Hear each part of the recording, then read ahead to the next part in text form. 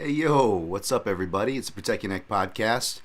I'm your host Dan Tom, analyst whose work you can find over on websites like MMAJunkie.com, Action Network. But on this here program, the Protect Your Neck podcast, we break down high-level MMA, but in a slightly different way. It's going to be a recap show and a live chat show, if you will, today. So we'll be get going there. I'm going to hit the old share button and do the usual walk and talk as you guys are piling in the chat. Appreciate you guys for joining. I will get to those when I can. All right. Hope you guys are all doing well in the holiday season. Doobie. See Rain Lamina in there. We'll get to his funny as per usual little sing-along intros that will one day get me canceled, but I will appreciate them nonetheless, Rain, until that happens.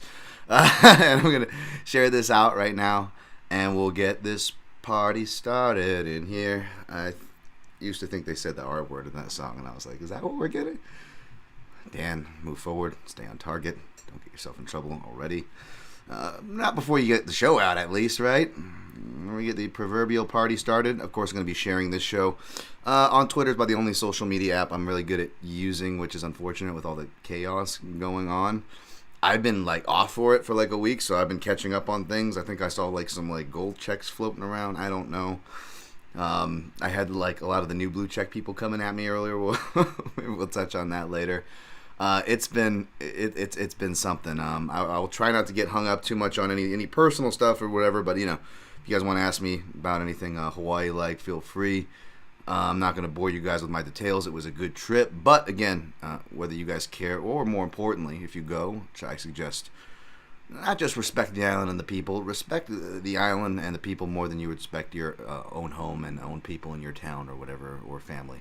Because it's just a beautiful place, and people from there understand where I come from with that message. But so long as you do that, old Dan Tom here will be more than happy.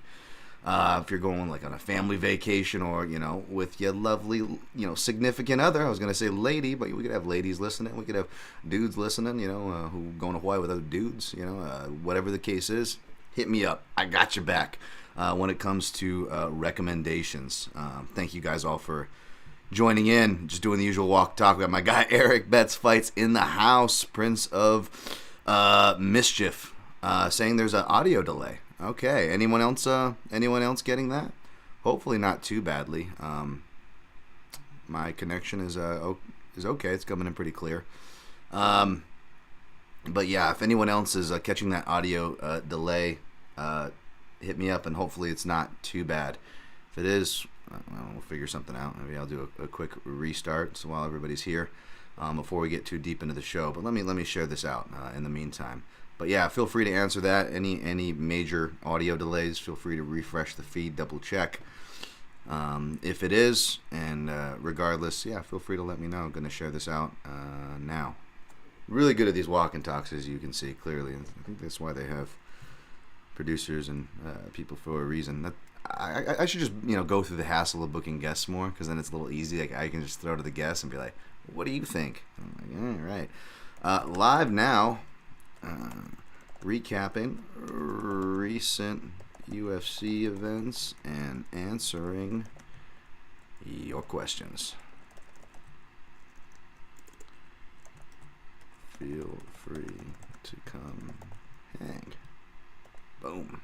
All right. We're getting going. Give you some audio. Any feedback, delays, let me know. And if it's not too bad, it's not too intolerable, we'll get this show going. Of course, audio recaps. We'll talk. We'll be talking about. I'll update you guys. I'll give you guys updates on what's going on with that right now too, as well. Trying to post them as they go, but I'm waiting for things to go through before I fully post, as y'all can understand that. But yeah, we can touch on that stuff too. There's a lot of shady betting angles, right, to be talked about, and that is the business that I'm in. I'm transparent. That's what this show's about. I'm honest and transparent, for better or mainly worse, as I like to say. So yeah, man, we could talk about that too. I mean, that's kind of what I put on there as far as the general state of MMA betting. Yeah, it looks like it is just Prince of Mischief. Anyone else having a delay? No. Um, if anyone else is, let me know. Or if you're not, actually, let me know too, because that otherwise I'm going to feel a little insecure about pushing on here. But yeah, we're going to be recapping UFC 282. My plays for Bellator 289. I admittedly did not get to watch a lot of 289, and even my watching of 282 was spotty because I was like packing and stuff. As I tweeted, for those of you who follow me along during the fights, I was in and out. I knew I was going to be anyways. But I went back to watch, obviously, key fights, as I tend to do. Whether I bet on them or not, it feels like there's a disproportionate amount where it's like, oh, you talk about the ones that you bet on. Well, it's like, it may seem like that because of my ridiculous luck that makes it so I can't watch these Meet the Parents movies like with Ben Stiller or anger management like style movies with Adam Sandler, because war veterans get triggered by war movies, maybe a rape victim from a rape scene or something like that. Me, it's bad luck. I cannot enjoy it because everybody's laughing at the character's bad luck and like there's no way that luck could be that. Look at the circumstances he finds, and I'm like, I am that guy. This is not funny. This is not funny. This is me. This is the shit that happens to me. So part of it's that, and then another part of it is, again, I've even just pre-fight, forget post-fight, I've had to limit just, what I can actually get into. So it's usually matchups that are worthwhile talking to from a technical standpoint. They mean a lot in the division, even if they're not getting, the main card or the promotion, regardless of card format where they go. Obviously, I try to put into those, and yes, fights that I'm going to target. And bet, because I want to do my due diligence on them. And when it comes to fight night, something I've been stating to you guys for a while is I can barely have time to even watch those, even without the crazy I got to travel pack reasons like the other week. So yeah, you end up only studying pre and watching live. Mainly, not only, but mainly the ones that you have vested interest for one reason or another, right? And I state those biases all the time. That is one thing I'm good at, for better or mainly worse, because now I think, and again, we'll talk more about scoring and stuff, and like I don't need any distinction. I'm more than, me, I'm more than happy to give distinctions, not just to my media contemporaries for their work in scoring and criteria stuff, but just in general. I mean, name a podcast who shouts out, forget just MMA in general, name a podcast that shouts out more podcasts than I do. There's probably a reason why my numbers and success level is low, and I'm probably one of the more generous shouters. Like I'm not trying to pat myself on the back. Like I probably shouldn't be that way. So it's nothing like that. It's more just kind of like with the what was getting me down with the MMA awards time. It just reminds me of like, oh yeah, no matter how hard you work, you will never be recognized as an analyst. Or no matter how much you want and we'll try to get to a commentary position, which I'm close to. It's very hard to get those positions if you're not a UFC fighter. So I'm sure that because I bet, all my opinions on scoring are all for naught. But I guess if any ego is in it, it's the ego of just like, okay, I want to back on track, best the rest. So, hello, is a Q&A part. Same small audio delay. Audio delay as well. Okay, sorry, you guys are. I've got audio delay as well. I'm gonna let you guys vote. Is it bad enough to where should I stop going or should I do a restart? I'm gonna let you guys vote. So within the next minute or so, go ahead in the live chat. Tell me if you think I should restart. Bad enough to restart or just keep going. If anyone can remember that Battle of the Bands old early YouTube viral video. Let me know. Let me know that. But yeah, it's just one of those things. Like I get it. Like I won't be considered as amongst the scoring. Like with the bronze setters, the Sheehans.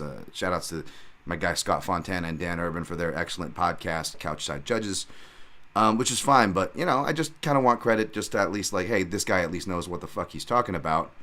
And for one, and less ego and less selfish, non-selfishly.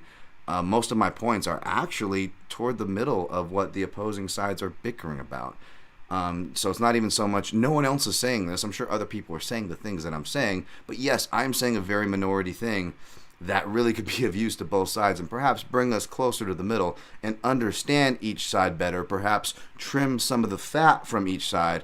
But unfortunately, again, I don't have the media clout the former UFC fighter to lend to my name. So a lot of these things is why I said, like, we're going to talk today also about scoring trends that I keep talking about and keep happening. But I'm not going to get, any credit or mention for it. And in fact, when I do bring up these specific points of, clean leveraging techniques and the importance of it to, my colleagues in the media, usually it's very, I get polite disagreements or polite silences for the most part. And I get it. That's my area of whatever, I guess. I don't know. I'm no expert. I feel like I'm bringing up very plausible points that I've beaten you guys over the heads with. But yeah, as I round in to check on this poll of whether or not I should keep going, yeah, we'll get into all those scoring trends as well. Perhaps they'll come out organically in the recap.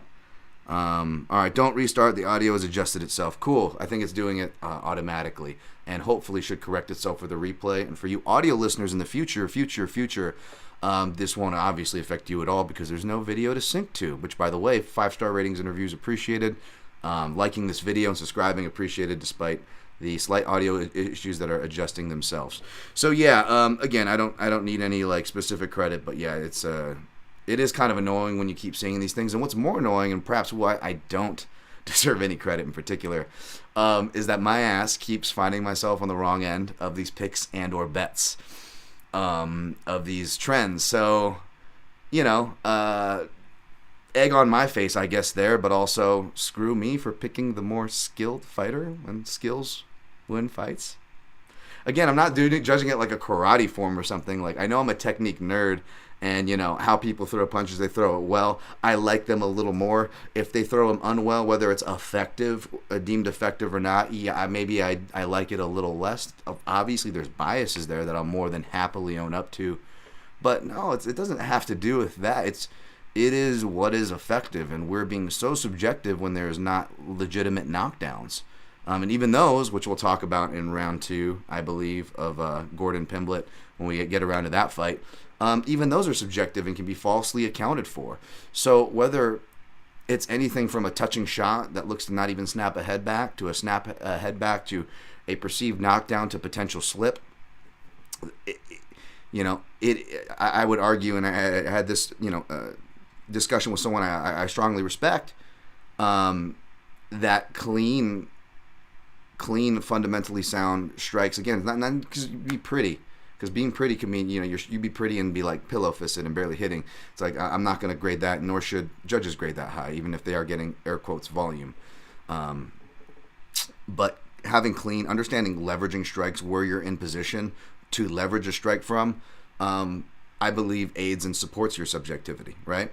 Where was their feet in position? Where was their... And these are all things hard to track in real time. And we have the benefit to talk about this. I had the benefit to go back and rewatch the fight. The judges did not. And I'm actually a little more sympathetic to their scorecards, even though I'll definitely give you guys my opinion on the fight. I definitely disagree and think it was bad scores overall. I disagree with my bias in tow, of course. But we'll get to that fight. So now that the chat has voted, appreciate you guys. Everyone seems to say keep going. Okay, we're gonna go on and break down. Hey Kazar, hey Dan, hope you're doing well. Hope you're doing well as well. Thank you for subscribing and joining in on the conversation. James Kendrick says, let's see here. That's Dan's ultimate pet peeve: scoring non-leveraging shots high when the opponent's back is taken. Yeah, absolutely. And again, I hear podcasts that I respect saying things like, we shouldn't grade shots off your back as high, or these do nothing. But I'll hear those same people talking about, Valentina Shevchenko was punching with her back taken. There's that, and I'm just like, so that is, or non-leveraging submissions again, which we'll talk about, because again, speaking of round 2, Pimblett Gordon. We'll talk about non-leveraging of submissions as well and understanding those leverages. And keeping that same energy. I just think it's just something very much to understand. So, not trying to, talk shit or call people out, but it's just like one of those things where it is frustrating that even, our best minds, in my mind at least, people I respect most, these points are consistently not taken. And I also will add, guys, I didn't tell you guys, but I actually sat in on I've spoken with judges before. I'm planning to also shadow in person here for what that's worth, but was invited by a high-level judge to the meetings that they have every quarter where they discuss rounds, where it's referees and officials. And one of the rounds that we did go back was O'Malley and Yan. Now, I can't obviously, I'm not going to, I'm transparent, but also respectful of giving my word, keeping things in certain places, like with the gym. I don't talk about that. I've always been consistent of that, so I don't have any worries as far as myself or anyone I know getting in trouble with that, because that stuff doesn't exist with me or in my house, as far as anything concerning me goes. But yeah, so I'm going to respect that too, of course, with these judging things, even though I do agree they should find a way to be more transparent to public, though I do appreciate them extending, for what it's worth, folks, they extended the invitation to media members like myself included. Now, I am a big fan of paying your dues and keeping your mouth shut until spoken to in these kind of situations. I am very grateful for the opportunity, but I'm also not going to march in there and start espousing my points. But I will say, when they go to everybody, to not everybody, but a majority of people, they'll pick, maybe half of the group who submitted scores at random, and they'll go, okay, why did you submit this score? And you have to explain your score. I did a lot of my assumptions, accusations, whatever you want to call them, and again, it's nothing personal. Obviously, these judges are trained and understand, even to a personal capacity themselves, because they do train to grade leg kicks and even body work, because it feels like that's the least of the three levels that it gets credited for. But there was not a lot of mention of that at all. There wasn't a mention of, I gave this person, Yan O'Malley, the leg kick or the checked leg kick, the body kick or the caught body kick, which was actually the strongest landed shot, which was a caught body kick. O'Malley catches it, but he caught it on the body clean first. That was actually one of the cleaner strikes of the round. You don't hear anybody cite that either for or against anybody. And there were scores all over the board, right? Yeah, that's fair to say. So I'm not going to, divulge everything. But to that point that James Kendrick brings up in the chat, yeah, that is a big pet peeve of mine. And again, for what it's worth, I hope I'm invited. I was told I was invited back. I'm still, hopefully I still am, because you guys know me. I'm also not shy to give my opinion. Now, I never say robbery or anything like that. I'm not a robbery guy. I don't have that in my definition, because actual robberies take place in this, as you guys can see with the ordeal with my bookie account, and that's currently they're working on to get resolved here. We're getting through the final stages of that, but which I'll more than happy to talk about and touch on here. But yeah, for what that's worth, folks, I wanted to share that with you guys again. I'm not like, oh, I did this and I'm special now. No, it's like, dude, you got to put in so much work. And I don't even plan on really taking the seat, because I don't think that it'd be good for me, because I know I already know too many amateurs and things and connections. And again, I'm one of the few people honest myself to deny myself paychecks. I state my bias so much that I not only state it, like most of my colleagues are very bad at, I actually stayed at the point where it's costing me paychecks, folks. But yes, I do plan on putting my due diligence, and not so I can brag, but it maybe I'll get some acknowledgement. I don't know. All I know is I got to work extra hard for it, man. I got to work extra hard for it. That's just what it is. That's just what it is. Athletically, I've never been an athlete or anything like that. I've always had to work extra hard for it. So yeah, that's just gonna have to be it. And that also informs a lot of my bias, which is, a lot of what informs a lot of our reactions to these things, right? I don't like seeing the person who's catered to, because I wasn't catered to, right? I don't like seeing the marketable guy, because I've been told so many times that I'm not marketable. Hollywood aren't interested in Asians, Dan. All these things inform our biases, whether we like to admit them and vocalize them like I did or not, right?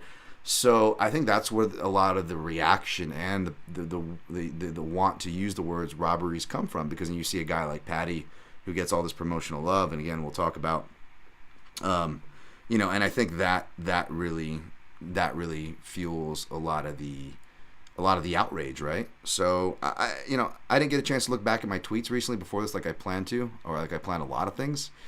But yeah, I don't think I shared or said anything that was too crazy. Though I will when I get to it. I feel like I'm already talking about that fight now. When I get to it, talk about one thing I guess I would take back, which wasn't even a big thing. And it's just my normal, probably props to John Anik as far as commentary. Said I felt it was a little patty-heavy commentary, but really it was just Rogan doing normal Rogan stuff. Who, again, I think I made that point earlier where, like, Rogan used to be, like, the jiu-jitsu guy, and now he's somehow turned into the jiu-jitsu noob where he's, like, and not even talking about the long running, it's sunk in, right, that Joe's been doing forever, because even when Joe was doing a decent job, or a good job by some people's standards, right, where we were all kind of in agreement, and he was still, before cancel culture got him, but, like, even then he was still doing he was missing on those. And I don't grade those terribly. You're caught up in the moment. Like, I get that part of it, but there are some things, like, again, back to non-leveraging chokes, which we'll get to. He just will call stuff, and it's just like, dude, it's so clearly not in. Like, what are you talking about? Like, when there's a clear limit, like, what was it, that Frota girl? Who was that, Sarah Frota fighting somebody?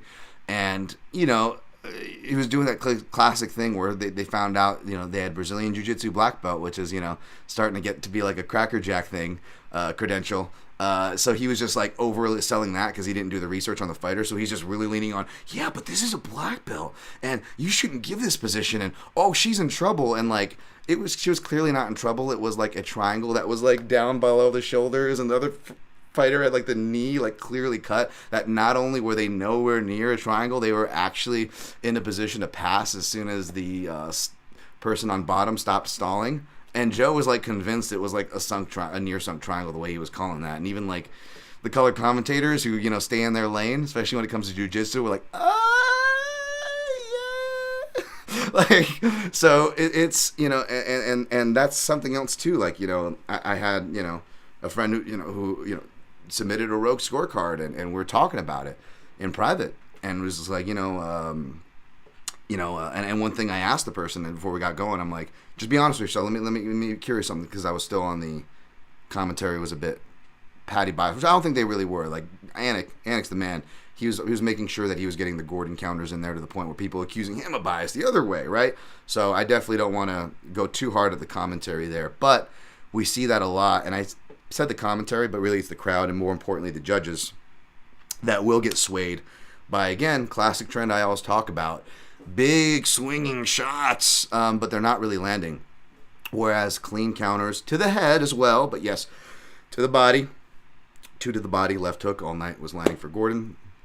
One of the two shots, if not both of them, leg kicks. He had more leg kick counters as well. More leg kick checks, more attempts to check and counter. Winning all three levels, all facets of the striking exchanges, which is where this damage word, which is really impact, is supposed to be from. And then I also heard, again, really educated podcasts and people, again, this gets mis-talked about too.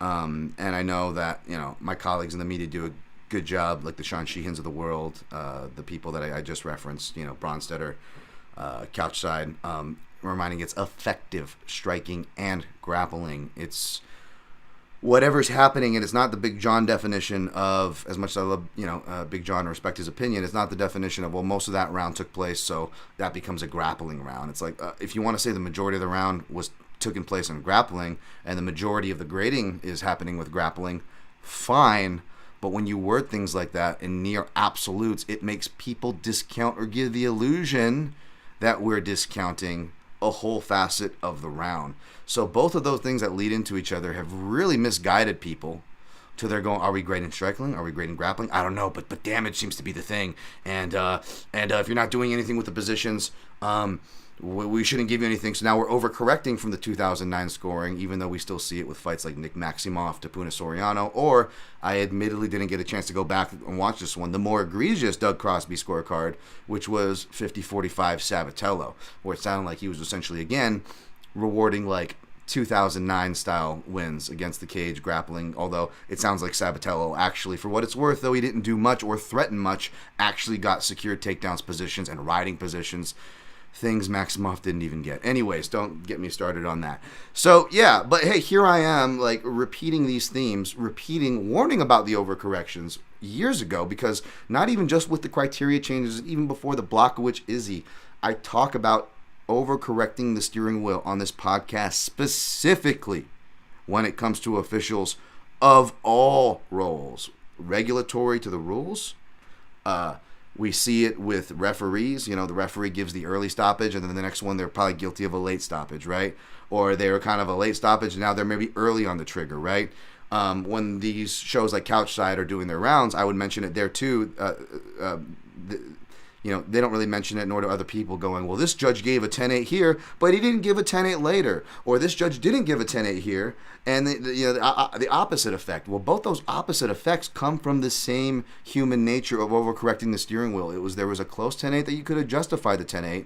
One guy gave it and was probably nervous about it because 10-8s are still so new and doesn't want to be too much of an outlier. So if another one comes along, chances are that judge is probably not going to give two 10-8s. Because he's going to stop and go, whether he realizes it or she realizes it or not, are they going to go, am I giving too many 10-8s? Where the person that passed up on the 10-8 go, fuck, man, am I really just being a part of this non-10-8 problem? And did I miss an opportunity to give a 10-8? I better give it on this one. Otherwise, it's going to look like I'm just ignoring 10-8s. I better give a 10-8 here, right? And as we get into, we're going to go top to bottom here. I know it was a long-ass intro. Down at UFC 282, Magomed Ankalaev and Jan Blachowicz, I don't disagree with the draw, and I'm happy we got there, even if it was one hinging card that technically had the draw to determine that result, split draw, right?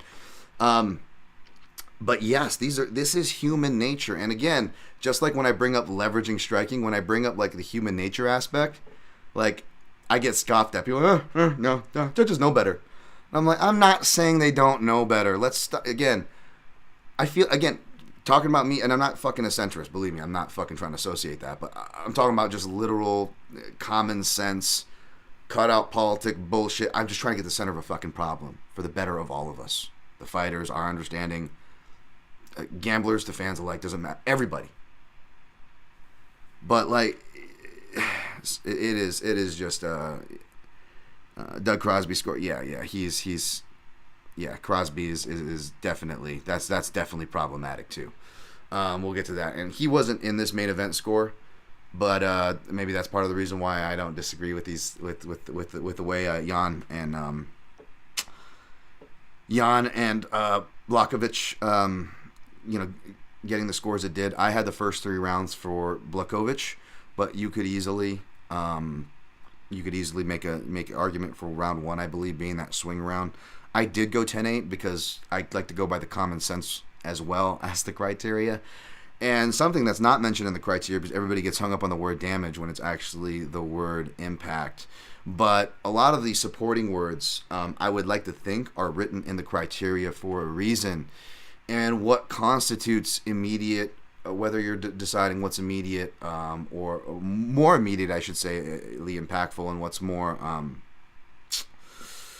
attritive, one of the metrics that is weighed heavily enough, again, to be stated as a supporting statement to many of these things that are often referenced in the criteria when you actually go look, is fighting spirit. And is it a main one? No, I'm not trying to hang my hat on it, but it's something that's never brought up. And I think that whether you are earning a 10-8 with your grappling by doing damage like Ankalaev was doing, or whether you have your Jared Gordon and you've got your head pressed up against the pit cage and you're popping Pimblett with hard enough shots that aren't going to be counted as significant strikes, we'll get to that talking point, but are enough to really get him to spaz out and freak out and go back to the and get his back off the cage for the second or third time in the round because he doesn't want to take those hits that are supposedly soft and not doing anything. Like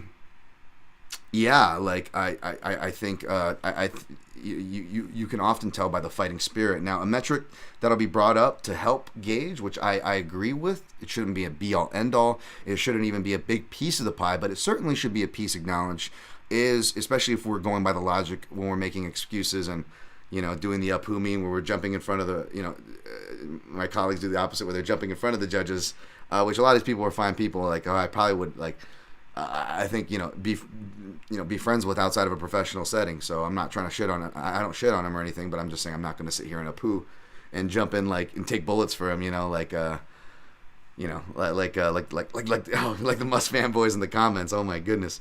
You can't say anything about that. I'm probably gonna get attacked just for mentioning that. But anyways, sorry, what was I saying there? Fucking, I'm all over the place, folks. Sorry about that. But yes, fighting spirit. That's it. Fighting spirit. It is, and not the Modelo fighting spirit. Like that is something to look at. I know we'll go again. Refs. I think that's an important metric. If they're warning the fighter to move, that should count for something. Does that mean automatic 10-8? Like, no rule of thumb should exist because there's too many contexts. MMA is too volatile. But it should count for something.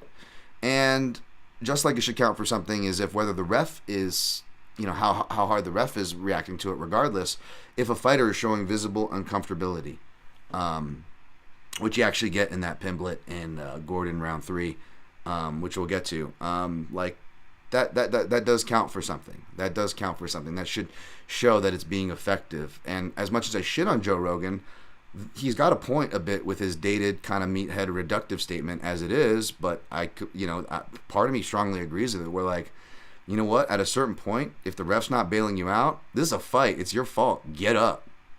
Get off the cage, right? Like, that was the one directive for as disconnected as Paddy was for being up 2 rounds. Now you could partially blame for his corner because his corner was saying you're doing everything perfect, Paddy. Except the one correction they did give him, not to shit on his corner, but maybe that is, I'm kind of actually explaining maybe why Paddy thought he was up so brashly. But they just told him to be more urgent when his back was against the cage, because again, it's a bad look. Even they know that. And most corners do. But yeah, I have no issue with that 10-8. Like I explained some of the psychology on why some of the judges gave the 10-8 and some of the judges may have not given it a 10-8 in comparison to previous 10-8s given on this card. Here I know I've been disjointed, so it's a weird time to pump your chest. But again, multiple points you don't hear on other shows. But hey, here we go. But yeah. All right. We're going to move on to Paddy and Gordon so we can put it behind us. Mark Holzerland. Dan, I love your breakdowns of the PYM. Been following you on Twitter for years. Got to dip out right now, but keep being your brother. Appreciate that. Thank you very much. So I appreciate all you guys in the chat, by the way. Anyways, so we got Paddy and Gordon round 3. So again, for me, again, it wasn't, I never say robbery, so I hate being lumped in the outrage crowd or just the betting crowd because, again, there are plenty of points that I like to bring up about fights that I get pissed off about that I had no betting or interest or even fan interest in. Like the time I was on Couch Side Judges, for example, we broke down, I forget what fight it was. It was like Luis Saldana fight, and they were giving an attempt for a buggy choke, and have we been seeing buggy chokes exponentially more? Yes, but no more than we see every soup du jour submission that, eventually catches so much fire on the no-gi grappling scene that eventually, we act like it's new, but a lot of these aren't new. That's why I'm really emphasizing on eventually here, find their way into MMA, and they are harder to pull off, so you see less of them. And again, like any fad, whether it's no-gi or MMA, people are going to find out ways to get rid of it. So it's just weird of like that choker. I know Jan finished Krylov with a rear naked grip where he had the head and arm, but head and arm chokes do not need to be fully in when you are middleweight and above, folks. Middleweights are heavyweights who are cutting weight. So when you are a big person, you don't need to go out. I remember, me and Phil Davis at Alliance MMA Gym kept accidentally putting big Neil Melanson unconscious, even my small ass, because Neil is fucking big, and whether you're fat or muscular like Neil is, you don't need a lot. You can just use a head and arm pass with one arm, and you're accidentally putting your partner out. Okay? And it was Jan Blachowicz, who was all upper body and a freak, not just big, but a freak, had a full back control to where he was leaning off to the side and had a leveraging squeeze a la Aljamain Sterling, Takeya Mitsugaki, Different techniques, similar squeeze off to leverage point, okay? Paddy Pimblett in round 2, which I'm going to talk a little disjointed here, apologize. He does not have that. He is essentially doing the equivalent of dropping for a guillotine that he doesn't have, something that their own corner, to us as fans, without betting, when we have had no betting interests, and everybody in between have all screamed at our screen or live at the fighter for. Fighters themselves have called themselves out on it, even with a chagrin. Props to Dustin Poirier, but it is a thing.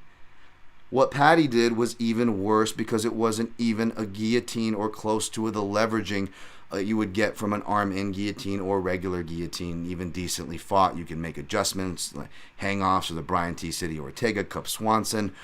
He had no leverage. He was hanging off from the side. And anybody who knows anything about grappling, especially once you saw that underhook in play in the position, there was never a choke there. Now, again, back to my criticism on Joe Rogan, he thought it was close as shit. And again, what I keep talking about, and I don't call Robert, I'm mad because I could smell it. My score was 29-28 Gordon, but I had a feeling they were going to give it to Pimblett. I gave rounds 1 and 3 to Gordon. I gave 2 actually on Live Watch to Pimblett. Of course, I don't post my scores because I don't post or submit scores because, again, even though I'm passionate about scoring, I also admit my biases, and I'm not going to help by submitting bias as scorecards. People aren't going to understand that context if they go back to MMA decisions and they see me to use me amongst their shitty stats arguments and to terrorize other people and perhaps you guys out there, right? It's like, I don't need to contribute to that nonsense there. I can show my work. I do so before, during, after. It's fine. I don't need my name on a website. It's cool. Like, and they do a great job there, by the way. It's not taking shots at them. I'm glad that tool's out there and good on them, whoever runs that. But that's how I had it. And when I went to back to finishing that submission thought though, and carrying back to that tying that submission attempt to that Luis Saldana like buggy choke one, it's just crazy that and I wish I pushed back more against Scott and Dan. And again, I love those guys. I respect those guys. It's okay for us to disagree, folks. We gotta be able to talk about it and explain and show your work respectfully, right? But I do wish I pushed back more on that respectfully because I remember they were grading that as a damaging submission. And for one, there's the whole argument of non-leveraging strikes. Well, there's also, I just explained leverage on submissions, right? This is how we a tool we can use to decipher whether someone's doing a technique correctly is if they are doing the technique correctly. I mean, isn't that martial arts? What the fuck are we doing here, folks? If clean leveraging technique doesn't count for anything. But also the point of okay, if we're going to keep that same energy, how many fucking close guillotines and chokes that people that, like I told you, the classic drop for, that we just laugh at and discount and we don't give them any credit. Did you go and give them credit for it? Okay, maybe unfair to be too retrospective and pull tweets from 2012 and shit before the criteria was reversed, before people like myself or the Couchside Judges people improved our understanding, which we had to put work to improve in, folks. We're not perfect either, and we still, we're still open to getting things wrong. It's fine. But I'm just talking about even just within the last year or so. It's like, I guarantee y'all didn't keep that same energy, the general y'all. And furthermore, thirdly, on these type of submission attempts, if we're hanging on to the damage, even though it's impact, folks, if we're going to give, and I agree, we should give, I am one of the only motherfuckers out there saying metrics for scoring grappling. How about metrics that already exist and make sense, like submission catches? Again, should they be a big part of the pie? No, but they should be counted for. So again, you can catch a choke and count it, but if we're going to really hinge our argument for counting missed submissions, the one missed submissions we're going to get, we're going to make a damage and impact argument, then shouldn't that be like Roman Dolidze style leg locks, like joint and stuff, that actually can get your opponent limping and has broken many of arms and been the cause of many end of fights, whether it's a clear hanging limb like a Tim Sylvia or the aforementioned Dolidze hurting Hawes, which clearly leads to his finish? It's like, shouldn't those be the submission attempts we're standing for? Why are those never in the argument? And granted, those ended the fights and made it quite clear. But again, how many near arm bars? And that guy's arm has to be popped. Look at Carla's elbow. All these things, right? And Carla's elbow reference is probably a good one because that was probably another split decision that, you know, she arguably lost. I believe, what was that, to Grasso, right? Where people like argue about that. So again, folks, you're only going to hear it on this show, that I've heard at least anyway, but you know, it's like, I almost wish people would just take these notes and take my credit for it, because then I'd get less angry when like seeing, you know, like the Goodwill Hunting lines, like when he's burning the fucking papers, like, good, I don't have to watch you guys fuck it up anymore. Like that's my mood on this stuff. But anyway, so what I came across was everybody saying that is it a robbery or not, or it's definitely bad scores, and what justifies it being from a bad score to the people out there shouting robbery, which again, I am not, folks. When you see me getting excited, again, it's more my history of bad luck with these. That's what I'm reacting more. It's not that, oh, robbery, this or that. Like that's never what I say on any of these. I'm just, at this point, it's literally a point of pride that I've been able to manage to come in on the wrong end of picking the more skilled fighter to win. Them showing they're the more skilled and impactful fighter in exchanges, winning a majority of exchanges, and just losing these decisions over and over and over and over again. That's what I'm reacting to. It's not a robbery. It's not F the judge. It's not, you know, there's definite things we can do, and there's definite judges that don't belong there, like Crosby, and that's pretty clear. I think everybody's made that clear, you know. Again, you know, I talk about, you know, some of my colleagues, you know, doing the Apu meme and stuff, but again, even like, you know, colleagues who, you know, I've worked with the judges you could accuse of that, like, are saying it was a bad scorecard. I know my guy Bronstetter on TSN said it was a bad scorecard, and he's very reserved in when he'll say that. He said so himself, not putting words in his mouth, not mischaracterizing. These are his own words. It was a very bad scorecard, and a lot of it hinges on round one. Now, oddly enough, I actually was less confident in round one and more sympathetic. Now, I still scored it for round one for Gordon, but I was less confident on the rewatch in my score for Gordon, and I was actually more confident in my score for round two, who I gave to Pimblett live, and I actually was just slapping myself like, what the fuck were we watching? This looks like a clearer Gordon round than the first one. Now, Paddy does land some good leg kicks, right, throughout the first half of the fight, which leads to the first half of the second round, right? But for every leg kick he lands, Gordon is countering him with punches and winning at least one, if not a majority of the time, the next two exchanges after Paddy hits him. Now, Paddy, even though he's not attempting to check and he's not countering off the kicks as much less as effectively as Gordon, one counter he does have for not so much leg kicks, because he catches Gordon both times, I believe, throwing body or possibly high kick attempts. But he does the classic block right hand counter, and he catches Gordon twice really good that round with that.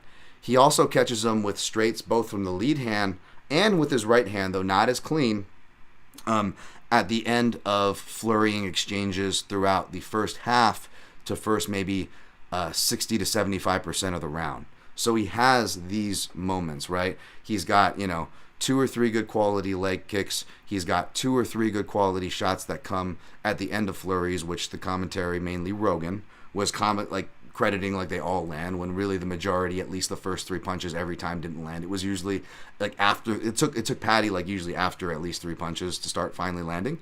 But yes, he did land those, and then again those 2 countering moments. But go look back at all those moments, which sound like a lot and a decent amount to give someone a round. Gordon answers back again, if not once, at least twice, cleanly each time, with his classic hard right hand to the body, left hook upstairs. Now, I've heard, you know, the couch side judges guys, and it's not saying anything out of school or like any DM conversations I've had with them, because they said it like publicly on their pod. But like one of the points they brought up was like a 45 seconds was what I kept hearing of, like a Gordon being inactive in the second round. If it was 45 seconds, it didn't stand out that way because I was aware of that watching it the second time around. And I also heard a point where like Patty hits him and it makes Gordon go back.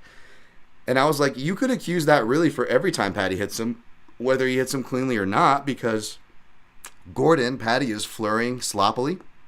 So not only is Gordon shelling, you can only shell so long before you're going to get hit by something. This is MMA. It is a good defense, and Gordon was using it very well. But it's still ultimately not a great defense. Things can still get through, like I credited Patty, I believe, properly earlier. He has to kind of back up, and there's a natural dip, which optically looks bad. And that's why, like, Rogan, oh, it looks rocked. And it's like, no, he didn't get rocked by any of those. Yeah, he got hit by, like, a shot at the end of the exchange, but he counters back multiple times. But that dipping looks bad, and that's actually what's happening toward the end. And if you look at it, Jared actually lands two left hooks that are harder than any of the slop that Patty is landing in that exchange toward the end. And then even parries and counters as he's circling off, gets his back off the cage after because clearly those two left hooks were the most meaningful shots out of that whole slop shit that Patty threw. Then he hits him with a straight jab on top of him. For those of you counting at home, that is 4 consecutive strikes to punctuate an exchange that was perceived by commentary and many that Patty won, and was clearly Patty's biggest moment of the fight. And what does Patty do? Because again, he just hit 4 straight shots that made him let his man off the cage. You know what I'm saying? That means more to me. That kind of body language means more to me. A guy who's coming forward and getting backed up by left hooks in the first round means more to me than Jared Gordon, who is his style, by the way. He fights off the count. He counters in combination, and he sets him up and stages him off the back foot. Is it the best style in MMA? No. You can run into, you can get out-volumed, like if you're a Tyron Woodley, which thankfully Gordon was not and did not fight nearly like Tyron Woodley. But again, some guys do that. You do that more out-fighting style. Should we automatically penalize him for it? And so if we're going to penalize Gordon for going backwards, but we're also not, if we're going to go with that kind of reductive tertiary criteria, but now we're just going to write off the tertiary criteria when Gordon controls him for multiple minutes, like, again, keep that same energy, folks.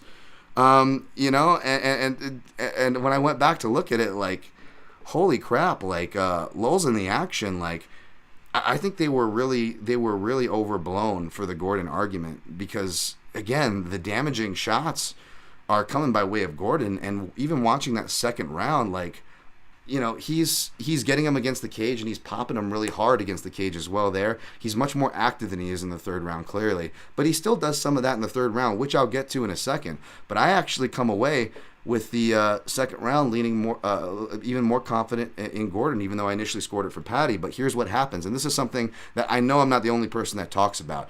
I know, you know, Sean Sheehan's mentioned it, Couch I Judges. So again, giving credit where credit's due here. But whenever there's a break for a foul, coincidentally enough, you see some suspect scorecards lean out for that round, because momentum is a motherfucker. Not just for the fighters, which is why, you know, that obviously blatant, or at the very least, blatantly negligent eye poke from Patty after, again, picking up on my previous thought, getting hit by 4 significant strikes cleanly in a row in what was supposed to be his biggest moment of the round, conveniently gets the eye poke there, right? And regardless of the shade that I may or may not have thrown there, the fact is that eye poke broke up the momentum for Gordon.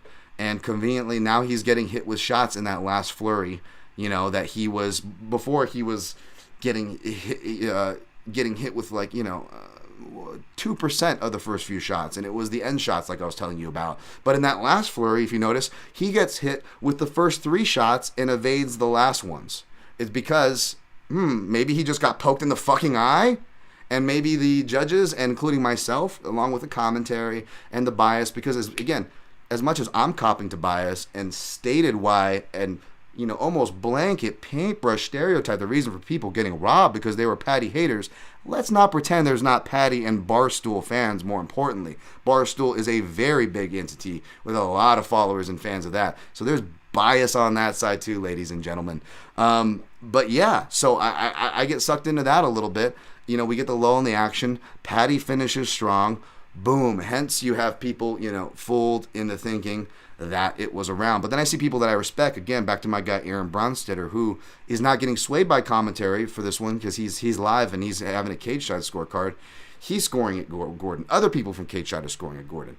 striking analysts who don't bet on fights, who are my main resources for these scores and usually confirm me not being crazy, also scored it for Gordon. So I'm like, oh, cool. That's good. Maybe Gordon did get it. So then we get round 3. And again, not picking on my guys, Couchside Judges, definitely not picking on Anik from Florian podcast here, but they kept repeating a note as far as Gordon inactivity for round 3, which was also repeated live on the broadcast by John, which was that left hook was Gordon's first significant strike. And I know he had a producer in his ear feeding him that stat. And again, this is why I don't like these stats. It's because they are drawn from a unreliable well of information. Significant strikes, it's like, it wasn't just, shout out to my guy, Danny Herbs. If Dan Urban was like a pothead friend of mine, I would totally call him Danny Herbs, by the way. I'm going to call Dan Urban Danny Herbs anyways. I love Danny Herbs. But Storley knees is his thing. Like, they weren't all like Storley knees. And yeah, the knees weren't great. And Patty's weren't great either. And I often say that you can actually get some more leveraging knees to the body depending on the position if you're the guy at the back of the cage. And I actually saw some of those, to Patty, to his credit. I grade those higher than most. And I did here on my rewatch, by the way. But Gordon was much more active than he was characterized. And in people's defense who were characterizing that, he was much more active than even I remember, right? And I'm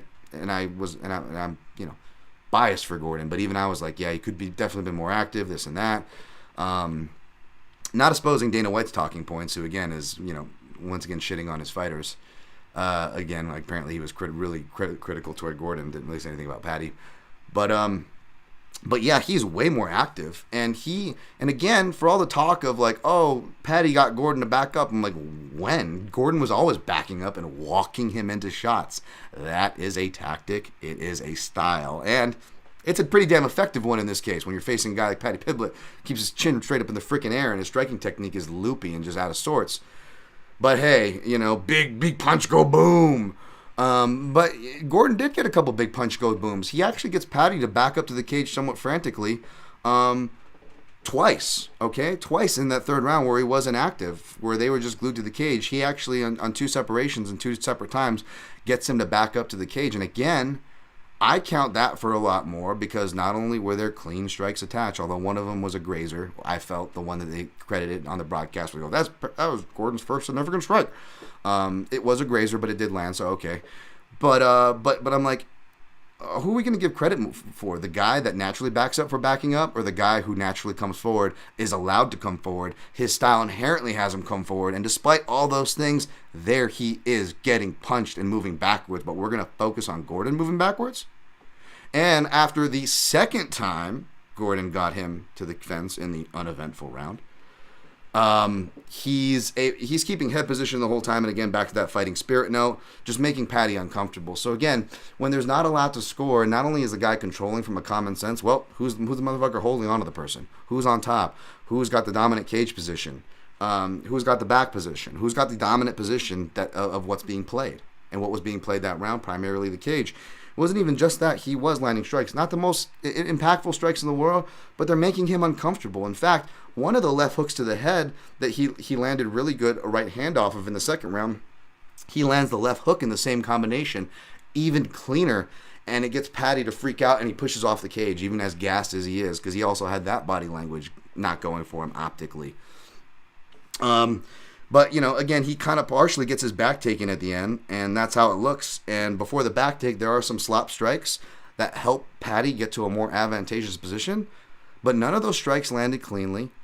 I don't know how much leverage you can get from him, but, Darren Till found himself in a similar position against Third Reich's Duplessis, I guess. But, Gordon had his arm out blocking, those. It was only 3 strikes. And then at the very end, which there's no choke attempt. So again, if we're playing that whole, well, if you didn't do anything with the position rule, are we really going to give him the back? Because if you look at the end, I didn't catch this. I thought he got the back. Patty couldn't get the back because Gordon actually smartly pins his right hip to the cage. And you see Patty go and feel that he can't get it. And you see him, he acknowledges that he can't get the back and almost gives a shrug. And then he even get a crab ride because he can't. That's how much he actually doesn't even have the position secured. But he pins the inside of his knee as best he can to clamp as best he can on a back/corner ride, and then acts like he has the back mount, and then does the hand thing. And it's like when he could have been striking, he could have been going for a submission attempt, but no, he didn't have that because he didn't have any good position. And lest we not forget, after Gordon, who actually is the only one who scored a takedown, didn't just score a takedown, he scored a face-planting takedown in that round. Like, whether you're in judo or wrestler, if you're a judo or a doka or a wrestler of experience, you guys know what I'm talking about. It is demoralizing as shit to get pinned on your face. And because I know high-level coaches like Neil Melanson and others in the UFC are actually coaching toward criteria, they are trying to make more hay smartly with these ground positions and keeping judging optics in mind and, doing some, some breakdown positions and mat return positions. I actually worked on this camp for my last fight with Neil, and we actually worked on finding ways to get guys to plant on their head, because not only can it cause concussive damage, right? Which we've seen that in UFC fights before. For anybody who wants to pull, oh, you're saying like such rare things or whatever. Like, okay, Gray Maynard, Rob Eberson, that little flyweight guy, Cain Velasquez, JDS. What was that? African dude against Charlie Ward. Bafunde, Galore, Bafando, or whatever. Yeah, like, I mean, that was off my head. I just named like 5 from 5 different eras and weight classes, but okay. Yeah, slamming people on their head doesn't do anything. Okay. That counts for something. And I know that high-level rooms and high-level wrestlers and grappling coaches are purposely instructing to make things look visually damaging. So if we're not rewarding that, what the fuck are we rewarding? Are we if we're are we just rewarding back control? Well, guess who actually got their hooks in?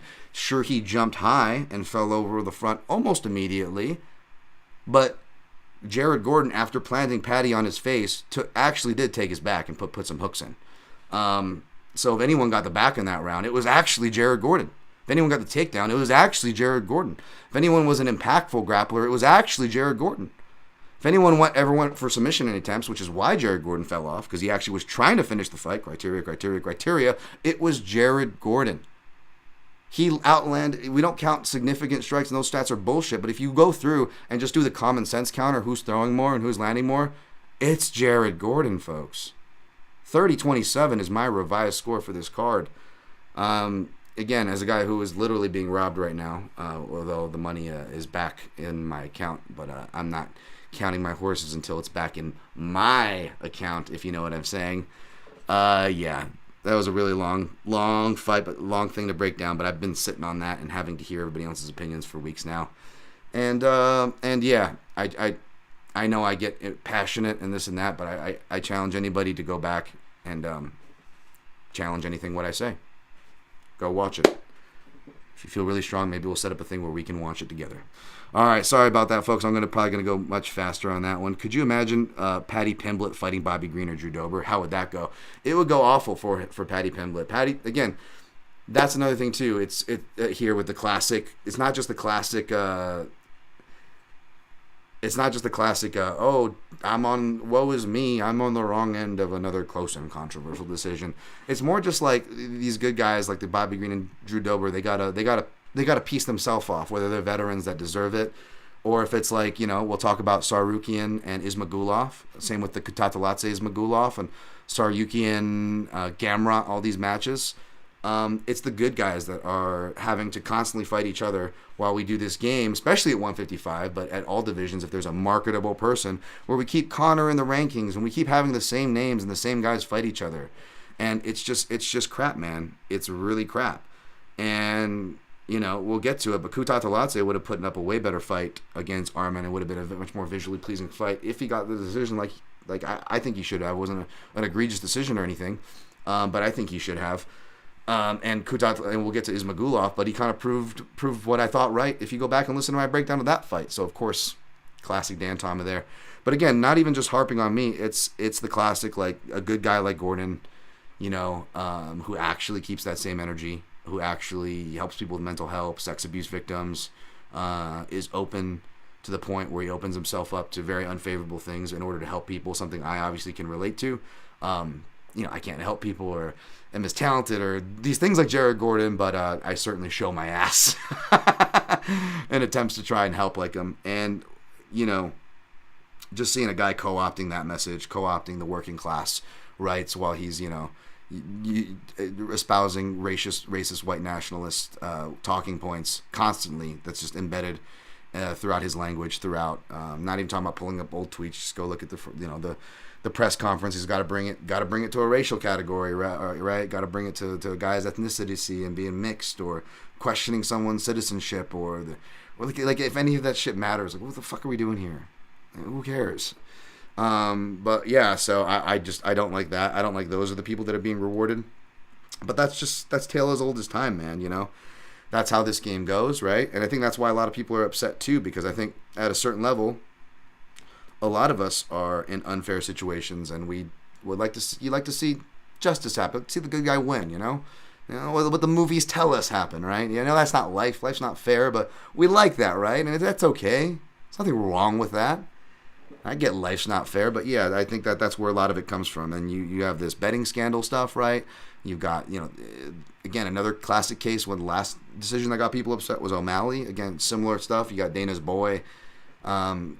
It's I admit these things. It's just a crappy theme, and it's just a theme you see in life. I recently was watching that Waterman documentary about Duke Kahanamoku, one of the United States' only 4 or 5 time Olympians. You never hear his name amongst the Jesse Owens or anybody like that, right? Even of those athletes. Why don't the guy literally invented lifeguarding protocol with lifeguard boards? Guy literally has stuff erected to him in other countries like New Zealand and Australia. They have statues to this guy for introducing surfing to them, introducing surfing to the world, and breaking. Representing our country when Hawaii was just a territory. We're not good enough to represent, but America likes winning. So all of a sudden, yeah, you're a citizen, you're representing us, even though we're not going to give your statehood for another 50 years. And you saw his relationship with a guy like what was his name, Weissmuller or something. The guy that played Tarzan in the old pictures, the black and white. That guy used to be a champion swimmer, and he actually was the only guy to beat Duke when Duke was by the time Duke got to his 4th Olympics or something. I mean, the guy was 34 years old, Olympian, which is ancient now, especially ancient back in those days. And he still barely came in second, right? But Duke was also, which I didn't realize, I'm bad Hawaiian, right? Duke, where I kind of relate, he also tried his in acting and stunt and anything he could get in for, and he did it multiple times, moving to Hollywood for years, and but he can only get bit roles because, again, Hollywood's super racist even now, especially toward Asian Pacific Islanders. We're still the least represented in this era of representation, so to speak.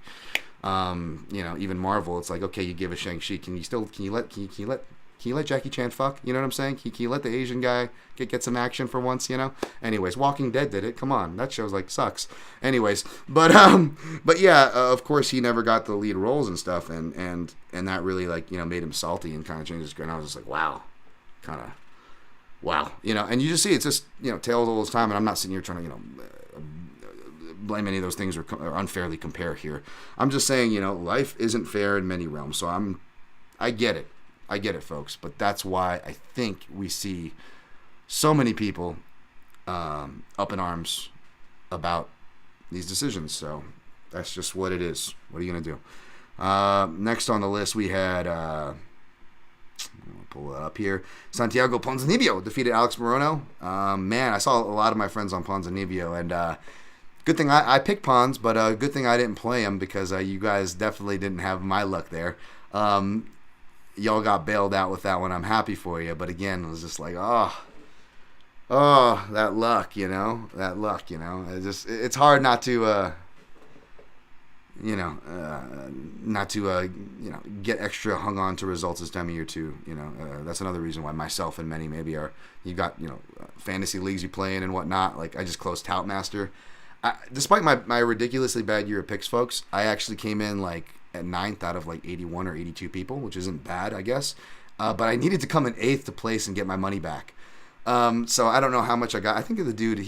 It's a guy I like too. So I'm happy for everybody, regardless if I know him or not. But I think Rip the God, shouts to you. I know you like a lot of my posts on Twitter. I think he took the number 8 spot. I don't know by how much, but part of me can't help but think man, if Gordon came, would I maybe gotten over? Maybe that guy had him too, so it wouldn't have mattered.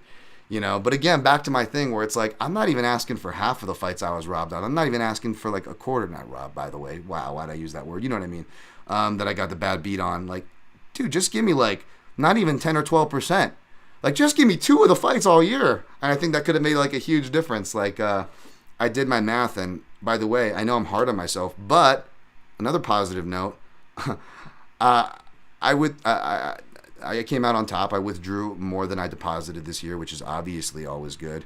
But I had enough to pretty much pay off the last of my credit card bill. Of course, again, I came up just a couple hundred short, but we're talking about like multiple grands here that I paid off with my betting winnings from multiple houses. So again, for a bad year, still coming in the black or whatever. I just hold myself to a ridiculously high standard. I did not get the official third-party tracking that I was looking to get for the whole year started in time, so I'm waiting until next year, so there's that. I'm definitely not bumping my chest too hard without anything like that, although you guys know me and my stuff's all posted publicly. But yeah, like, again, for those reasons, like, you really are just like, oh my gosh, like, I really could have used it. And then, I told myself it was funny when I was having this thought earlier this week, folks. I was like, shut up, Dan. Stop talking about your bad luck. Let's start next year's supposed good luck that you're going to get that. Let's start that now. And let's just stop talking about this shit. Because I'm tired of hearing it too, folks. If you're tired of hearing it, I am too. As soon as I said that, I get an email notification. Oh, you just withdrew a couple $1,000s in Bitcoin. I'm like, no, I didn't. And that was my bookie deal that I was going on. Because somebody hacked my account, which I thought. But from what I'm hearing, this happens a lot at that house. So take that information of what you will. I'll update you guys once I'm fully out of the woods. They have reached out to me politely now. Unfortunately, I had to get ugly online, and I appreciate your guys' support. But yeah, that's I'm tying in my betting recap with this this preview. But here we go. I'm sorry for disrespecting the chat. I just want to push through here. And I'll get to you guys after, I promise, before the next card, and then we get out of here. Dracus Duplessis, Third Reichus Duplessis, defeated Darren Till via submission, via RNC. By the way, again, like, not to give... how about UFC? I mean, we got Patty the White Natty Pimblett. We got Third Reichus Duplessis. We got fucking Dagestani Stipe, fucking backed by the dictator who's threatening Dana White. We got some dude with a swastika on his ankle on the prelims. And we haven't even gotten to the card headline by the QAnon guy and the former Reform Skidhead. Boy, if we're not talking about the UFC and MMA, I don't know what we're talking about, folks. Anyways, Dracus Duplessis sub Darren Till like I called for, although I think I called for round 2. I didn't play it, so who cares? Tough scenes for Darren Till. And a reminder that, like, okay, maybe yes, if you do say white nationalist talking points, I will have a bias against you. I have no problem admitting that whatsoever. But I'm often accused of unfairly hating on these prospects or people who get pushes, regardless if they have any racist talking points. Shout out to Fenyo from the fight site. Again, hashtag UFC likes racist guys. It's just so true. Sorry. But regardless, regardless of any of that, I always say, even when they don't have any of those baggage attached, right? I always say, folks, I'm not hating on these people. In fact, it's because I want them to do well, is that I hate that they're getting this push because it ruins them when they're pushed into places they shouldn't be. Whether it's more lower profile guys, the ones I called, like the Maximov, we'll see what happens with him. After getting pushed out there and just, seeing that horrific look on his face in the stool and feeling he had to go back out there and knowing that that look on his face that he had bit off way too much and shouldn't have got that decision. And another reason, to guys like Darren Till, who are more high profile, prolonged cases, It's not just me and my bias, right? Oh, Dan's a nerd and he just doesn't like athletic cheaters or popular people or whatever you want to accuse of me. Okay, fine, whatever. No, like, at the end of the day, regardless of what my feelings are or what your feelings about my feelings are, they are much more importantly, doing the fighter / your fighter a disservice, folks. So, I mean, see the forest through the trees here. But yeah, Ilya Topuria defeated Bryce Mitchell via submission. I can't bump too hard because I wasn't too confident. I was still mid-tape study in my last podcast, and even though I picked Topuria, I did give credence to Mitchell that he's a live dog and could just end up being possibly, one of those things in hindsight where like, yeah, that could have just been the one bad matchup for him or a bad stylistic matchup for him, right? But no, Topuria shows why me and many were high on his counter wrestling and counter grappling when facing guys like Hall to more put together offensive threats like Mitchell. So he kind of proved a lot of us hipster analysts right there, so that's always cool. Raul Rosas Jr. defeated Jay Perrin. No real surprises there. Again, just I want them to bring a guy like Rosas Jr. along slowly because it's just like I don't want to see an 18-year-old get slaughtered, but he's also here. So, again, the UFC putting these fighters in really strange positions. I'm not wishing anything ill of him like any of these other fighters. I'm just really curious on who they put him there against. Although he looked like he would beat Paddy Pimblett right now, so maybe I shouldn't worry about him too much. Jarcinho Rosenstruck. Hey, man. Fantasy Jewish Fight League, man. They scored on both these cards. We'll get to Semmelsberger, but right now it's Rosenstruck. Sunday. Swinging on Shabbos. Rosenstruck defeated Chris Dawkins. Oh, man. Dukakis. I mean, boy, how the mighty have fallen.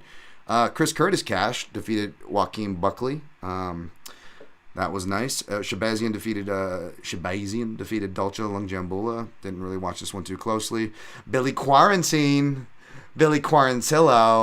Billy Q, Buffalo, South Florida gets it done, baby. Gotta love that. That fight went pretty much as expected, which was nice. You guys know me. I'm a big Billy Q guy. Big fan of fighters who can take it up front and dish it out later. They just got to get through the storm. He did. I'm glad I added the round 2 to my normal round 3 flyer, which I did post along with the straight play because he got in a straight play realm. Could have, I had flashbacks to PTSD, from that Holtzman Guida, which again, people getting upset about Pimblett. Again, it's the more emotional factor because you can easily argue Sabatello scorecard being worse, like I said at the top of the show. You could also argue a scorecard like Holtzman and Guida being much worse and more controversial than Pimblett and Gordon. I don't know if I would. They're all pretty up there for me. Tough to defend, both by common sense and most importantly, criteria, whether we like it or not. It still doesn't make sense, but it's what it is. But yeah, TJ Brown defeated Eric Silva and Cameron Simon defeated Steven Kozlo. Not a swastika bro. Steven, not a swastika bro. Kozlo, I think, is what his nickname should be. I mean, I don't know if it's going to be convince anybody, but let's at least acknowledge it in the room. I'm going to answer a couple quick questions. May make a quick pause. And, I got Mike. Speaking of keeping the same energy, Mike's MMA picks, great guy. Not even just saying it publicly to be nice or to get the pop-up here. Mike actually messages me kind stuff on the regular, messaged me a similar message here because the guy keeps the same energy, man. And, he's got one of those strong focuses where he cuts everything out. And he's a guy I think could relate to my neuroticness of how much focus and I got to put onto the MMA game. So shouts to Mike's MMA picks. He does great work. Mike contributes the kind. Thank you, Mike, coming from you. I appreciate you, brother. Give me a compliment here. Marcus Mustard, I felt lucky to win. I watched with no commentary. Maybe I needed to rewatch it. I'm not sure what fight you're talking about, but Marcus, that alone tells me that you, sir, are a great winner because you can just admit that, right? And that was another thing, after the controversy and stuff, Patty goes and doubles down and goes, I was up, I was coasting, And again, it's just like we're going to, us to the UFC president who's supposed to be promoting these fighters are going to shit all over Jared Gordon. And, not the guy coasting in round 3. And, of course, coasting, that's what I hate, too. That's another pet peeve. It's just bad technique, bad strategies, bad game planning, bad people. Checkbox. Patty's case probably, but getting rewarded. It just sucks. So yeah. Salty crew. Girlfriend got me this shirt in Hawaii, and I felt it's appropriate for this show. Perhaps this year with us. And I'm not alone. I'm not taking these beats alone. You bled with Wallace, now bleed with me. Hey, Mike's MMA picks is also great. You're right, James Kendrick. Shouts to him. All right. Let's see what we got here. Good Ghost Phantom, I've spoken to Drake Riggs about this. If you're a fighter, why not ask the judges what they like and build a strategy around that? Absolutely. A lot of judges are willing to come in and help with that. The problem is one of the more proactive judges that likes to go into gyms and be more public with his opinions is, again, Doug Crosby. That's the problem. You know what I'm saying? That's the problem. And Eric Nixick himself has let him, gave him more respect than he deserves because Eric's just a super nice guy and keeps the same energy. But he said so himself. He's like, I'm not listening or sitting with him after what he's heard in comparison. And Eric has actually done his due diligence and speaks with judges on the side, like I do, by the way. We're not out here bragging about it, and like oh, I have a key that no one else does, and playing that game that we like to do since we were kids, and I know this and you don't, and I get it. I guess I do myself. That's totally what you could consider checkbox for my ego, right? For how I position myself and what I offer as far as experience and knowledge, and I certainly lean into that. But I guess that's me being, again, salty for not maybe getting credit and still doing the same work other people are doing, and then some that other people have not and probably will never do. But it's what it is, folks. It's what it is. Life ain't fair. Let's see what else we got here. Yeah, Masvidal did do that. That's right. Let's see here. We got my guy Jerry Harper. Oh yeah, I remember that. The Pimlet fighting Green. That's right. Ray Lamna. Are you familiar with KSW prospects Jacques Strap and Mike Raj? You son of a bitch. Got me. I got interested. I'm actually going to be writing a prospect thing for this coming year. So I was like, ooh, do I got some names I can add to the list? But no, we will not see Jacques Strap and Mike Crotch on my dark horses list. Maybe in the honorable mentions. Maybe I'll put something funny like that. Don't give me ideas, Ray Lamina. That's the last thing you want to give. Weaponize this madman over here. Let's see. Jared. Oh, no. I appreciate that pun, but you know who came up with that pun first is the MMA Analysis Podcast, the one of many nicknames that podcast has hosted. That's why I shout them and talk to them as OGs in the game to show my respect. Quarantina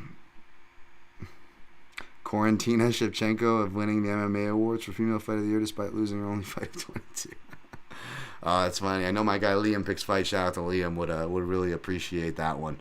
All right, I'm going to move on to 16 to this other UFC card here. By the way, we went 2 for 4 on our round robin. We hit Action Man and Taporia Mitchell under. Oh, did we hit 3 for 4? Oh, yeah, we did 3 for 4. We did good. And then we also hit Dreykus Till doesn't go the distance. The only one we missed was Quarantine round 3. If that was a round 2, we would have hit. But that's fine. And then we hit Mix, which I didn't watch that fight admittedly. And again, I didn't admittedly watch Sabatello, but I was just like, I feel like I'm cashing bets here without watching fights. So I tried to keep that theme over to UFC. Not on purposely. I was clearly packing, but it seemed like a natural plus. Stotts inside the distance missed, though, however. Billy Q, round 3. Curtis round 2 hit, which was nice. I did a shotgun sprinkle there. And then again, I hit that under. Didn't miss the over in the Rosenstruck doc because that was just a bad bet. Not a bad beat like the Gordon and Pimblett. So almost a perfect night besides those two, really. Besides the missed round flyers. But in both those cases, I'm cashing a round flyer that covers all losses and plus like a big money line play on Billy Quarantine. So I will take it.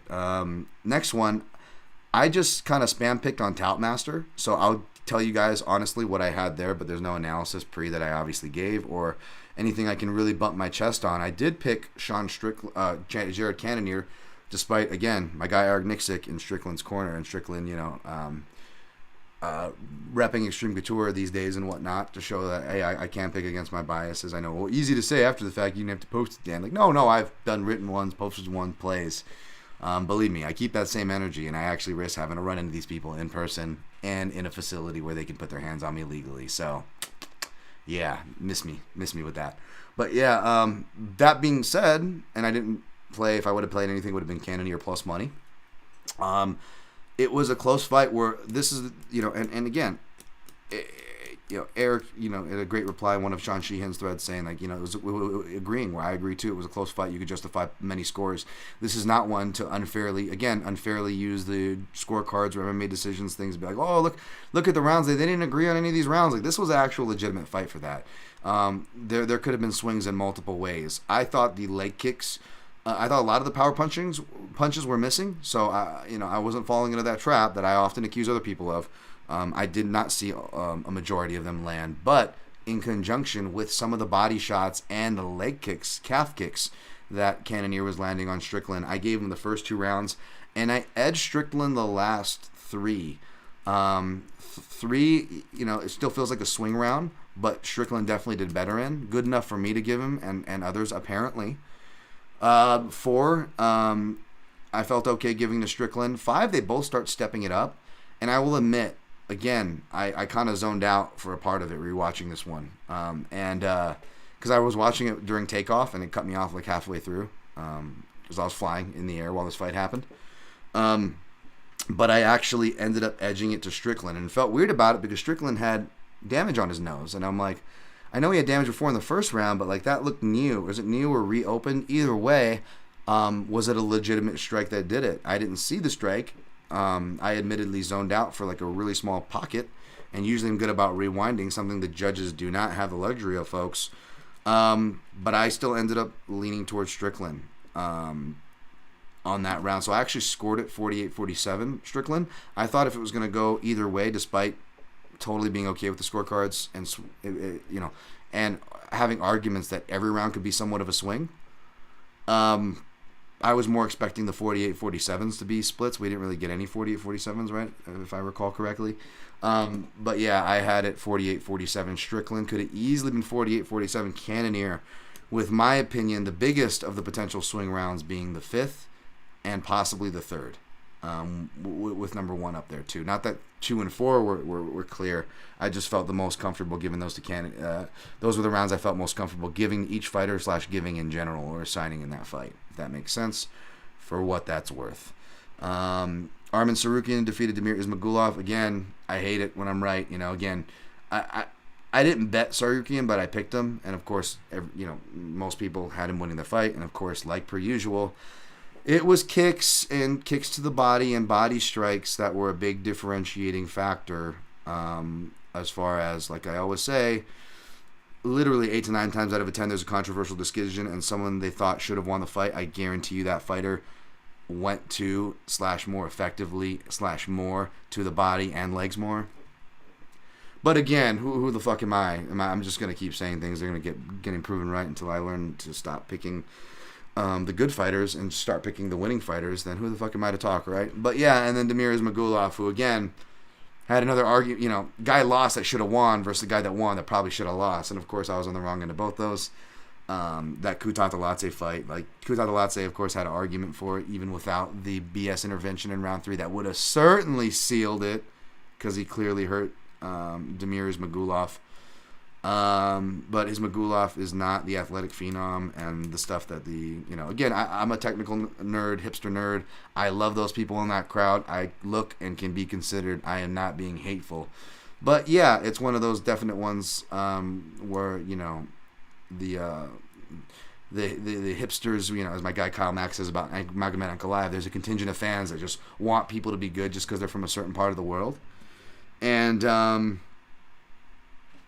there's some gross opinions and overinflations attached from both casuals to even more educated hipsters alike. And I definitely do not fall into the hipster crowd when it comes to Mir Ismagulov.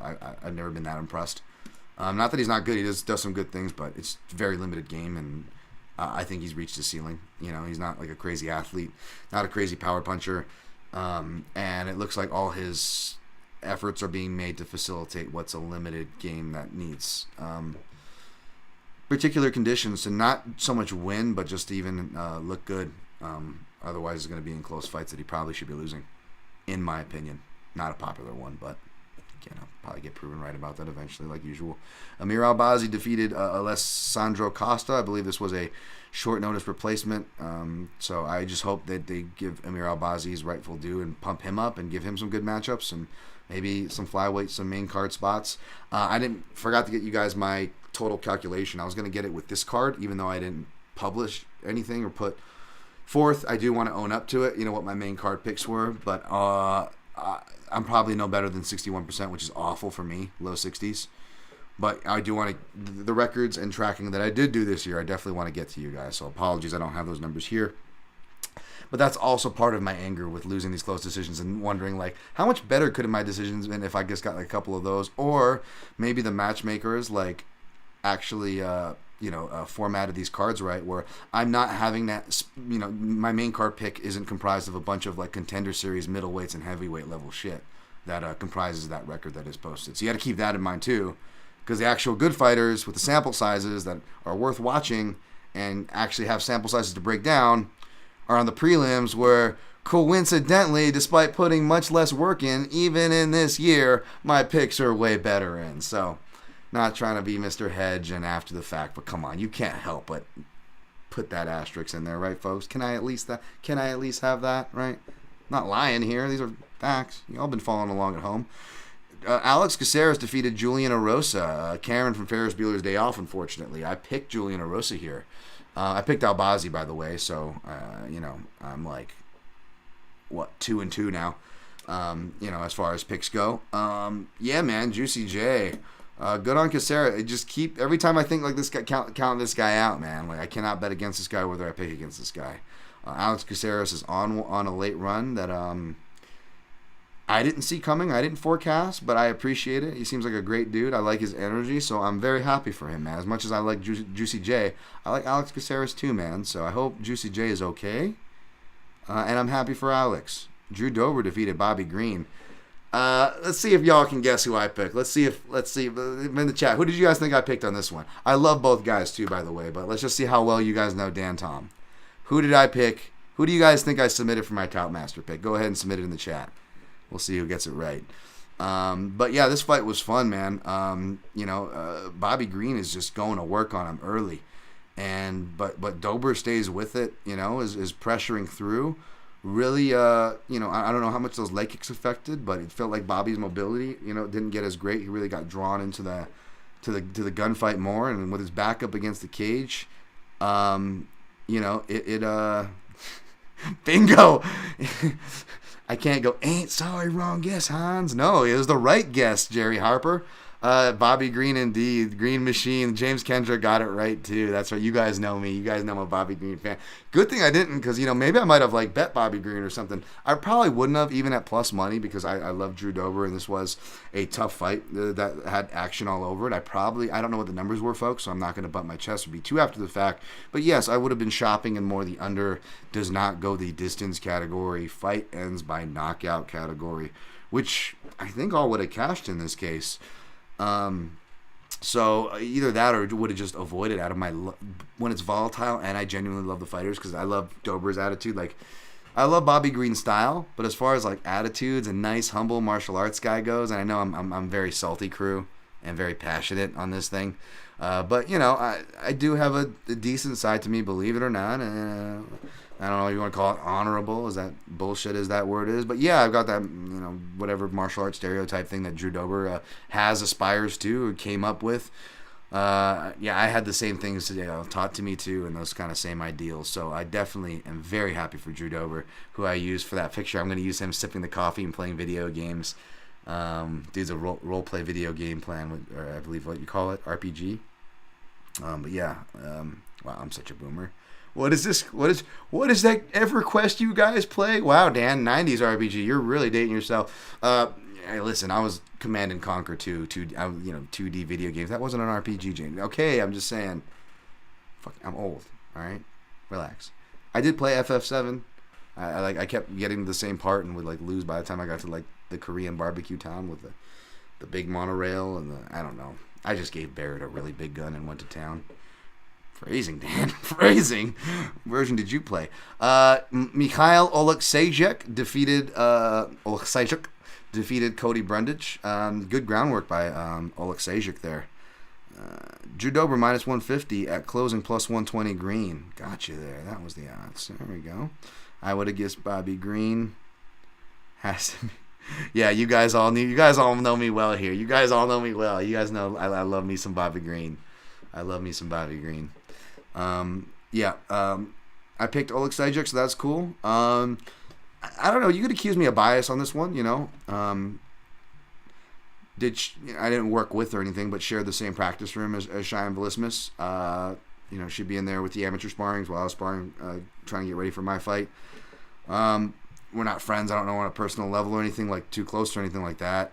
So I don't know what bias there would be. But yeah, you could accuse maybe the Extreme Couture bias on why I just ended up siding with her on what seemed like a coin flip fight from face value, much less my viewpoint. You know, as far as one I didn't really too invested in. But yeah, Corey McKenna won. I didn't watch it. Good on Corey McKenna. Matthew Semmelsberger, Fantasy Jewish Fight League, Semmelsberger. Just nailed it. By the way, I was listening to MMA analysis a little before this, just like some old podcasts I'm playing catch up on for my vacation. And shout out to my guy Brad Tashuk, fucking nailed this fight. He fucking nailed it. Everyone was going in with the same confidence. I picked Matthews. I was like, oh, this guy's going to be a parlay piece. I would definitely be invested in Matthews last weekend if I were to have played, folks. So I would have eaten shit, okay? Mind you. But Brad came in and just came in correct with the energy and goes, guys, kind of did the bring down back to earth moment and like broke down exactly what could happen. And boy did he.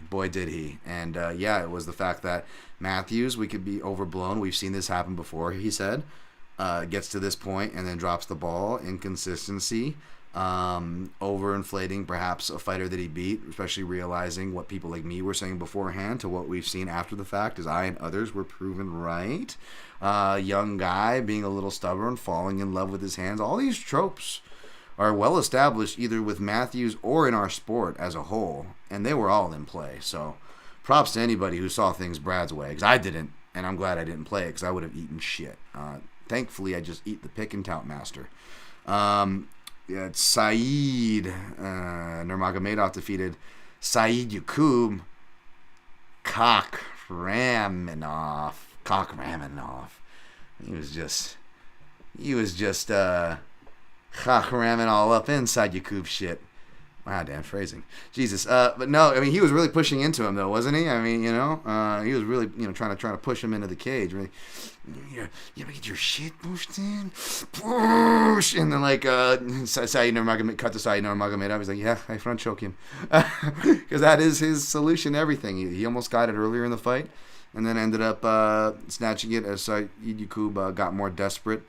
And further committed to bad positions, risky positions, I should say.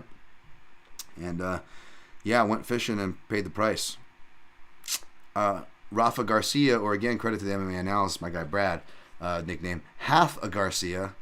This half, I guess the good half showed up as far as Half a Garcia to beat Mahashate. I think I picked Mahashate in Toutmaster. But, yeah, good on Rafa Garcia. That was the exact fight you got to take to a guy like that. Test him on the ground, grind him out, power striker, cut a lot of weight, missed weight. Take it to him. Good on Garcia. Happy for him. Renat, you can fuck right off. Oh, you know I miss saying that name. Renat, you can fuck right off. You expect me to pronounce that correctly. Defeated Brian Battle. Fakhretdinov, of course, I believe did it. Via grappling and ground and pound as predicted. I didn't watch this fight, but I presume that's how it happened. No issues there. Some 30-25, some 10-8s. I'd like to see it. I didn't watch those rounds, but I will agree with the 10-8 scores without looking at them, just because I like seeing more of it, baby. Manal Kopp defeated David Dvorak via unanimous decision. I'm pretty sure I picked Kopp, although I was probably tempted to pick Dvorak, just because I like to be a hipster and pick the technical guy against a guy who can, maybe like have a few performances because he likes to counterpunch where the volume won't be there, but he's been working on that and working a lot of extreme couture, so maybe you can count that on part of the bias. If I even did, maybe I picked Dvorak. I don't know. I was like on my way out the door, half drunk and inebriated, and like, all right, I'll be a Toutmaster, like just playing it on my laptop because I didn't have time. I was actually gonna get those picks in and like withdraw all my money to pay off my bills and have some Christmas money like right after the card, but I just didn't have time, and I wish I did. Because somebody beat me to it on one account, which again, I'm in the process of getting back, folks. Thank you. And yes, Sergey Morozov defeated Journey Newsome. right there for that fight there. All right, folks, that ends the recap of those. So let's just do some listener questions. I got to use the little boys' room, and I don't want to keep too much longer, so I'll answer what I can. I'll go back for what I can. Appreciate anybody who has donated in the super chat. Please, I haven't seen any notification specialties, so I just don't want to miss. No pressure. I'm just saying I don't want to miss it if you did, so I'm going to go back and scroll through to make sure I don't miss those people. Not that, again, nobody donated super chat, and I still love you guys and answer your stuff anyways, and will continue to answer your stuff anyways. I'm just saying I don't want to miss people who take that initiative, of course, because that would be, I feel like it'd be rude to them. Jerry Harper, I ate shit on Matthews. I bet a lot of people did, brother. Again, I would have too. There is no shame in that. Rain Lamina, the Cheyenne Velismus of ruining Christmas, and the Corey McKenna of using an antenna. Oh, I wanted to go back for that one, but thank you for hitting me with it again, Rain Lamina. I appreciate those, even though one of those Burgundy will read on what's on the monitor. You know I'm going to get canceled reading one of your things, but I appreciate you nonetheless, Rain. The Sergei Morozov of having a bad cough. All right. Oh, the Adrian Broner of... All right, well, we'll go there. We got Jerry Harper. Green was piecing him up. Then he just decided to take a couple of shots and keep swinging and land one, which is all it took. Yeah, man, that's all it did take. James Kendrick, Code Red, the sequel of Command and Conquer? I believe it is. I believe it is. I just remember playing Red Alert 2, Command and Conquer. Yes, sir. Affirmative. Acknowledged. I made my own map, too, called Zutroy's Domain. That's right, Zutroy. Every day you work really hard, you get one shiny penny. I love that game, man. Building unit ready. I should get like audio drops for that for the podcast, because like you would like whenever like you build something, whether it's like a tank or a soldier, it would go building unit ready, and when like someone got killed, it would go unit lost, and it would say it in different like. Yeah, that would be cool. Like, you know, just in the podcast, if it was one of those fucking stupid ass crack and backsack radio shows, like, we lost that bet. Unit lost. I don't know, whatever. Just an idea. But it was a fun game. What can I say? Tesla coils, you know? Before that name got associated with something else. I liked it back when it was associated with zapping the shit out of people, baby. You know, not random car fires. Sorry. Dan, this is why you have people come at you. You realize that. Hey, Dan, I was the one that took your MyBookie money. I donated the measly amount to Jordan B. Peterson's foundation. You're welcome. Well, at least you're honest about that. And again, you know, I make these comments, I got to expect them back. So it's all fun and games, folks. It's all love. It's all love. I appreciate it. Crumbropolis Rose, in general question, have you ever picked a fighter but wanted the opposing fighter to win? All the time, dude. All the time. In fact, when you hear me say it's a fight card where I'm primarily rooting against my picks, it's usually a bad card to bet, as it should be.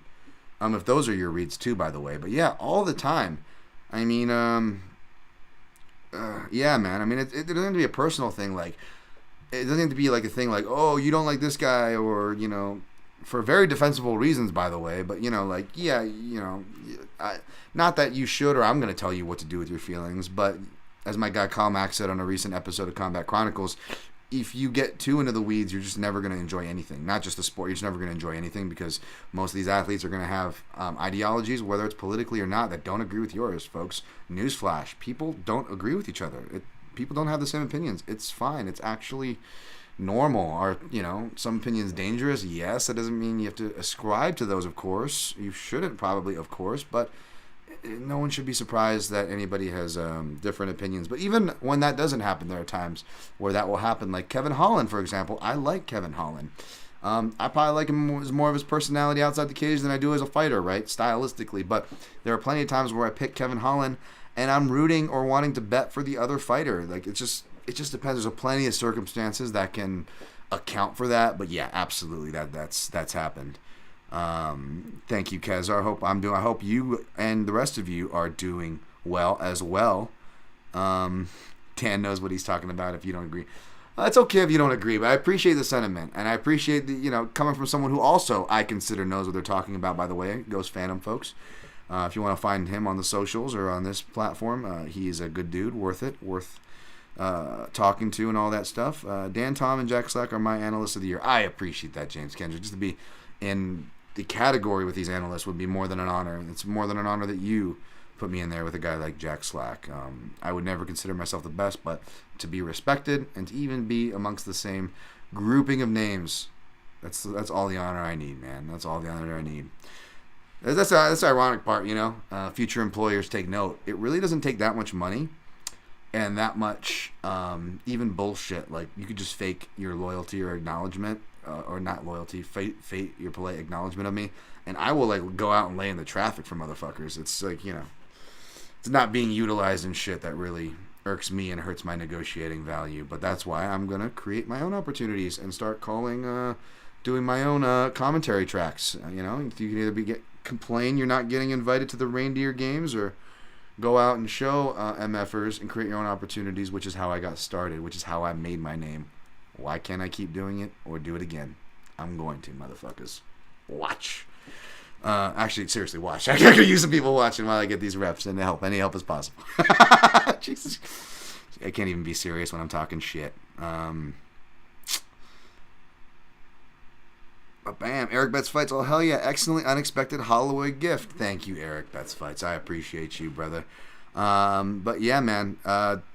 Someone else talking about my bookie. Yeah, I'm definitely going to keep you guys abreast of that. Again, I'm not taking anything down. I just told them that I will stop the campaign and I will issue a edited, I don't know if redacted is the right word, but like an updated, I should say, is more the right word, I guess. Which I already did on the thread in the process of, but once the hostages are safely returned to their home, let's just say, folks, I will update and give them their credit due for helping me. But if you go to that thread at Dan Tom MMA, you will see a lot of stories of this happening to a lot of people. So I know life isn't fair, like we went over. I know this is a volatile game, like I constantly remind us all on this show. But again, folks, if I can in any way help, even if it means showing my ass a little bit and what I'm going through, which some of you got to be like, dude, how does this guy have this fucking worse of luck? What the fuck? And this guy's really having to go through everything to get his money. Like, he should have easily doubled the account than what he has, and now he can't even get whatever money he was able to scratch out from his bad beats this year. Jesus Christ. Right? I get that. I'm trying to also help you guys here, though, because it is a wild thing. It's unfair, and we know the risks, yes, for all the people that love to, whenever this happens, they're like, oh, from the James Krause thing, the people it affected, like, look at these people crying, like, what losers making their money on betting? Look at these people. Oh, look at these I think, like, FRB, Front Row Brian, took a shot at me. I guess that guy's still around. It was cute. He bought himself one of those little blue check marks. But I think he, and oddly enough, only other people who had the crypto eyes thing and the fake blue check marks. Before you guys I have a lot of friends who are into crypto who bought the fake Twitter blue. I'm not talking shit about everybody in a blanket brush like you see, so don't take it personal. But I am just saying, it is funny that people that are into crypto and bought the blue check marks are the ones that are literally the only people who not even just said, because I think it was just him, but like little cronies that liked it were all like fake, cute little fake blue check mark people who are really into crypto. Like, what's that saying? Like, he who not throw stones who live in glass houses. Like, again, folks, somebody referenced a podcast and people I respect, CJ Saftik and Paul Shag. Appreciate Paul, by the way, chiming in. But like on that thread as well. But like talking about something CJ said, which I agree, and it makes a lot of sense when you have these haters. You're like, Dan, who are these people that are coming at you? And I'm like, I don't know. My default now is after hearing that, I go, at a certain point, money is a thing, and if you say something that messes with someone's money or goes against their ideologies, especially if those ideologies are also tied in with money, people get really sensitive, man. You can make some enemies for life. So even though I've always been free, I've never touted, I've always showed my work, I've always told people they can be adults, and I only state my plays. I never tell people what to play. Despite all that, there's still plenty of people that I'm sure I pissed off because they've tailed me on a bet. I wasn't there. I didn't tell them to do it. I didn't put a gun to their head, much less even suggest they do it. But there are plenty of people that do that. They lose money, and then they hate you. Or they see something you talk shit about, like, like I've made like offhand comments about like Mustard Peterson. I don't give a shit or whatever. Or like crypto or whatever, and it's nothing too serious. I don't even go deep like a bunch of people on my timeline see. Like when everyone was shitting on everybody for crypto for losing money and being locked out of their accounts, I saw a lot. I have a lot of friends that happened to. So that's part of the reason, even though I've never spoken highly in crypto, I've never been a proponent of it. I've been a warner of it. I've been pissed off when, UFC offers that as a shitty bonus rather than paying their fighters. Yes, I'm guilty of all those things. But if you notice, I don't just like talk all out shit because, again, I have people I respect who are in these things. And let's not pretend that I or you or the general we are above, getting caught up in something. I know, Dana White likes to be like, I could never be scammed, and maybe that's what I should be doing here, folks. Maybe I should just be like not saying any of this. Maybe I should just be like, what's up, bro? I'm the best. I got all the picks. You want to buy me? Nothing happens to me. I always right. I can't get scammed. I'm too smart. Maybe I should just have like my whole like typical male dick out ego thing. I'd probably be a lot richer if I did that, folks. Like, I'm not even gonna lie. But wow, I guess screw me, I guess, for trying to be honest and actually like insightful and help people, not give them some false illusion. I constantly remind people that this is a crazy volatile game, but it's that human nature where we like to kind of shit on people who are kind of going through it. And it's both gross and also ironic for like crypto people who to be shitting on gamblers like y'all weren't gambling. Like again, same with, and it's the same problem with like these sports books like the MyBookies or having fighters shill for them, like because it's going to attract casuals who are the ones that run into these problems that I'm helping shed light on, or like the UFC putting these fighters in. Shout out to Southpaw Podcast, by the way. Jason Sargis and Sam Yang, probably the best UFC 282 recap that I heard. Jason's the fucking man. Real MMA coach there, one of Felder's ex-coaches, I believe, retired Paul Felder, that is, right? But yeah, like they were talking about, like, again, everyone's talking about the Krause symptom, but not talking about the betting symptom. Like, it's underpaid fighters. You're putting you're putting this stuff in, reasonable reach. We're putting betting stuff on the broadcast more than even what the betting friendly sports are doing. We're having these fighters, even the ones in questions like the Krause, on actual UFC betting shows, from the On the Lines to the even right after stuff started going down, right after the Derek Minner fight, he was booked for UFC Unfiltered, and it was funny. You could tell stuff was coming down the pipe because, of course, those guys on the podcast, they don't do anything beyond casual research. So they were like, "James, we hear you're a great bettor," and they totally missed all the fallout from the weekend. And James Krause is like, "Yeah. I'm glad you guys have me on. I do breakdowns. I break down fights on my podcast. Yeah, but I'm here to help break down a fight." And he kept like really emphasizing that, like, "Oh shit's coming down the pipe."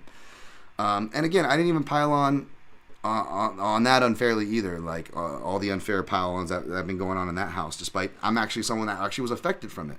If you notice, I'm not doing a preview show anymore that I used to be doing, right?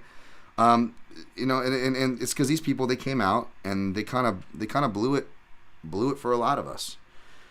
They blew it for a lot of us, and I talked about this before, folks. And again, people can make fun of me. I know they took shots at my guy Adam Martin for saying like, oh, he made a public tweet like, oh, this affects because he's a neighbor up north, so a lot of you Canadian followers, a lot of your gambling's been seriously affected. And some of us are pretty decent at this, folks. Like even me on a bad year, like full disclosure, I'm still doing the math on it, but I think I cleared. I don't know. I'm gonna give a really low estimate just to be safe, but on a probably record bad year, I still cleared $6 or $7 grand on a low estimate as far as profit, and I did not. All my deposits, a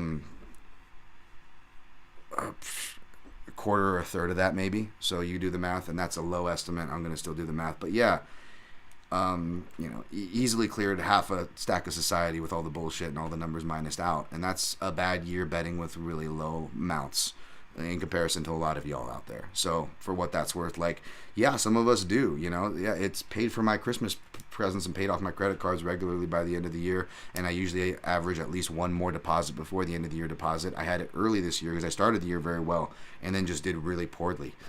There was a deposit into a new account because I started a BetMGM account this year, and then there was a redeposit on multiple accounts, though not all of those or more of those were even because I even got emptied out of the account.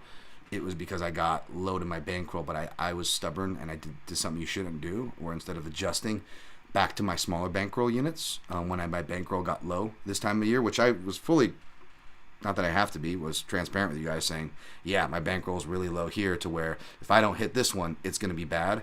And on those ones, I, of course, ended up seeing lines that I liked and did not have enough in my account to play my usual. And it's like, well, then play less, dummy. And that's what I should have done.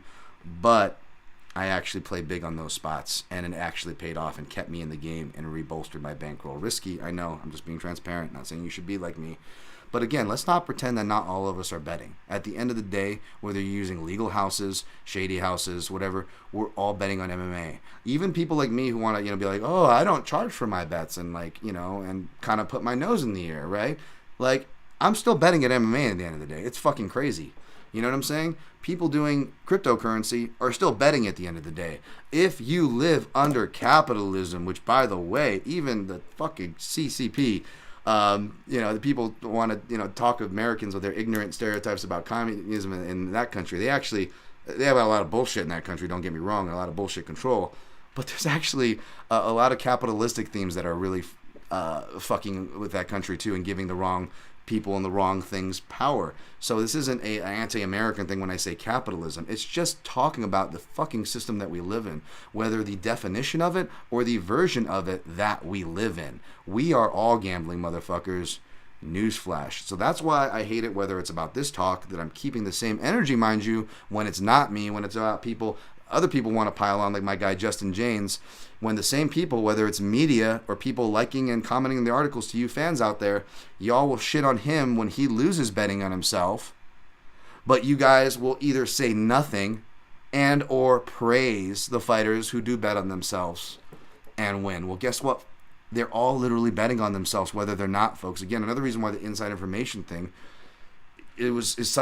it's so annoying that this is what's really getting brought up, because A, it's something we all knew about, and B, if you know about it, it doesn't really help you, because most of these fighters will bet on themselves anyways when they're injured, and they'll still go in there and fight and try to win, and in many cases still win. How many times has that happened? But if you had the inside information, right, you would have been like, oh, I have inside information, this is valuable because no one else has it, and you start thinking you and the information is more important than it really is. Then you start running to the bank and doubling and tripling down because you heard Ngannou was injured against Miocic. But and people were hitting me up like, damn, didn't you hear about this energy? Why are you both picking and playing him? Come on, is this a duck, dive, and dodge to mislead people? Or the conspiracy is like, no, man, no.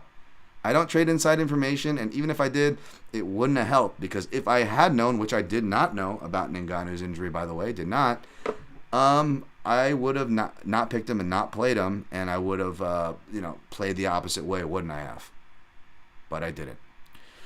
So that both kind of proves an anecdotal innocence, as far as as much as you can prove with just a statement, I suppose, as far as my ethics that I keep, and I'm in the clear for that stuff that other people are getting trashed for, but also shows that, like, the dangers of gambling, whether you have information or not, and that the fact at the end of the day, we are all gambling, folks, all of us. So let's not be so quick to shit on people, whether it's fighters trying to make, and I'm not talking about fighters throwing fights or anything like that. I'm talking about fighters, like, legitimately gambling on themselves in one way or another, a literal way like James did, or, just the way that actually the system is set up, that they have to gamble on themselves right now. From win to show, shit pay, and the, again, not to trigger anybody, the, capitalistic society that surrounds it, that we all operate in, we're all gambling, man. So I'm just trying to help y'all do it as responsible and kind of understand more what you're gambling. But I'm in the same boat as you guys, and I'm no better. And again, to wrap this up, at the end of the day, I would rather be honest, even if it involves showing my ass when I'm victimized or I'm wrong or whatever in the case is. This isn't my fault. I'm not wrong here with the my bookie thing, but I'm definitely victimized and showing my ass and opening myself up to the FRBs of the world to take shots, which I've met that guy in person. I don't take that personally. Yeah. It's one of those, people say this a lot, and I hate this, and I rarely say this, much less mean it, but this is one of the few times where I mean it, where you ever see someone you legitimately, like, you're angry, you have all these things, you're like, this motherfucker, you have this idea, maybe it's on the internet, you see them in person, you're like, holy shit. oh man, is there something I can? This mother, like someone's so pathetic. Like you're like, is there something I can donate to? Like I know this person is probably has a bigger banking account and maybe has more followers, maybe technically or something. But like, I feel awful. So that's all I'll say about that. I'll be more than happy to take strays from those hurt boys about it because again, like I think he should have shit on me and I was like, I don't know what you're talking about. Like I got my money back and I'm still making up this year, but all right, cool, bro. Take some shots if you want. But yeah, I'm out here living my life, folks. I'm gonna probably regroup, try to get to the stuff that I need to get to. I've been fighting with betting houses trying to get my money out the past 2 days. But yeah, I'm going to pay off some bills, reorganize some things, try to fix this computer, get back to you guys so we can come back strong with a strong push in 2023 to come back from this shit year. I'm going to try to do some contract negotiations. Hopefully, we'll see where I end up. But any support, whether you want to, tag places you want to see me at or the existing places I'm at. If you want to see me more, you're not alone. I would like to see me more, and I can assure you that I've been making those efforts behind the scenes, in front, all around for years at this point in some places. I got to make my own opportunities, so I'm not going to depend on you guys. I'm not going to depend on anybody. I'm not going to depend on my whining and complaining. That's for damn sure. I'm going to get out there. I'm going to fucking not bootstrap it, but I'm going to work my ass off like I always do. I'm going to create my own opportunities and prove it 10 times over and work 10 times harder than everyone else has to for it, because that's always how it's been for me. That's fine. I'm going to keep fucking doing it. And yeah, I appreciate you guys coming on this ride with me, and hopefully we can do a little better and get some bounces that go our way. Because as you can see from the state of judging with commissions, even though there's a lot of great judges, there's still a lot to be worked out from who we're hiring, how we're adjudicating, even among the elite judges, right? There are still things I believe that need to be done. We've got a whole slew of problems opened up with the Krause situation that's already affecting many of our jobs. And so, yeah, it's going to be interesting to see how things shake out. I'm trying to stay positive. I'm trying not to shoot myself in the foot by being too honest, folks. But again, your help is appreciated, and it is helpful. Again, no one has to do anything monetary-wise why I don't charge. You don't got to donate anything for the PayPals at mixedmartialanalyst.com or the Super Chat. But what is worth more than even the monetary and what is really appreciated is if any 5-star ratings, reviews, any shares at the PYN podcast, tagging me, my employers, letting them know, that you love seeing my work. Maybe you want to see me in other places doing other things or additional things on top of that work with those employers. Feel free to shout and tag those people too. Let them know that you want somebody who knows what the fuck they're talking about. Somebody who loves it, has experience, has passion, has experience that's unique and can really explain things and talk about things. I don't know. Please, thank you guys. I appreciate your help. You don't owe me shit, but thank you guys. All right, we got last of the cleanup here. Let's see. Go. Big question for you, Dan. I've noticed not a single word of the way Zhang Weili was treated at UFC 61 mentioned by the MMA media. Yes, although they've come around on her. Let me finish. In fact, the way Weili was treated at UFC 261 was way worse than what Carla had to deal with at UFC 281. I do agree, since it was race-driven, of course. Elephant in the room, right? However, I have seen from most MMA media are angry and disappointed in the fans' reactions towards Carla and started making a case why she was an all-time great. I don't know about overcorrecting that far, but you know me, I'm a Carla stan, both unironically and ironically. James Kendrick says, now my point being is was this sympathy and standing up for Weili when Weili lost to Rose at 261 and clear apparent racism fans poured on Weili when she lost? As you always say, it's hard to keep that same energy for an Asian person who is successful, right? I mean, there's definitely race stuff in there, but I guess I could say this. Maybe you could also incorporate my points as far as like overcorrecting the steering wheel. Maybe people felt bad about what you're talking about and decided to try to overcorrect it by being, overly fandom of Weili, right? And in that overly fandom of Wade Lee led to shitting on Carla, which was a perfect storm because of the fight that she just had. As we see unpopular fights, fans judge you off your last fight, especially when it was a bad fight against another legit popular fighter in Rose Namajunas, right? Who's like a darling to so many people. So I would say it was a perfect storm of that, James. But I appreciate your answer, and I'm glad I got to it. Jerry Harper, super chat. Thank you, sir. Appreciate the donation from my man Jerry Harps. Just because you're the best, buddy, what fight are you looking forward to most as a fan next year? I don't know about what fight I'm looking forward to most as a fan, to be honest. It's kind of hard to keep up, but I will say, Jerry Harper, you were one of the people I will keep in mind for that. It sucks because my bookie was also the only house. The people were like, why would you play them? It was the only house letting me round robin. And as you guys know, I've done, despite how many times I've come this close to a lot of these bullshit calls hinging on a massive night with my round robins, as much as feels like I've had a shit ton of those, more than I should, there has also been enough money produced on the round robins for profit that I'm really going to miss it. But because of guys like Jerry Harper, who I appreciate the super chat donation, who I know have profited big on that time where, again, my bookie wasn't letting me bet round robins for a while. Surprise, surprise. I don't know if this stuff's really coincidence now that I'm looking back on it. There was a lot that hit. The ones that did hit, of course, I wasn't able to play, but guys like Jerry Harper were. So I appreciate the love, Jerry. Because you're gonna watch I'm gonna try to watch Bellator and Risen. I know I've been bad about that. Big fan of the pod, Laka says. Thank you, sir. I appreciate that. Liver kicks or left hooks to the liver? I love both, man. Liver kick is the best, but I love me left hook to the liver. I was a Mickey Ward fan, man. Come on. I love me the left hook to the liver. What is your most anticipated? Mine is McKee versus Roberto de Souza. Ooh, that's a good one. I got to look at the card, Kazar, to be honest. And as you can tell, I have to use the little boys' room. So I'm going to end this podcast. I'm going to appreciate you guys again at the PYN podcast on all social platforms. Find me at Dan Tom MMA. Make sure you like and subscribe if you haven't already, especially like the video. 5-star ratings and reviews on Apple Podcasts will be awesome. I'm going to try to get on Stitcher and everything in the new year. You guys might not hear from me.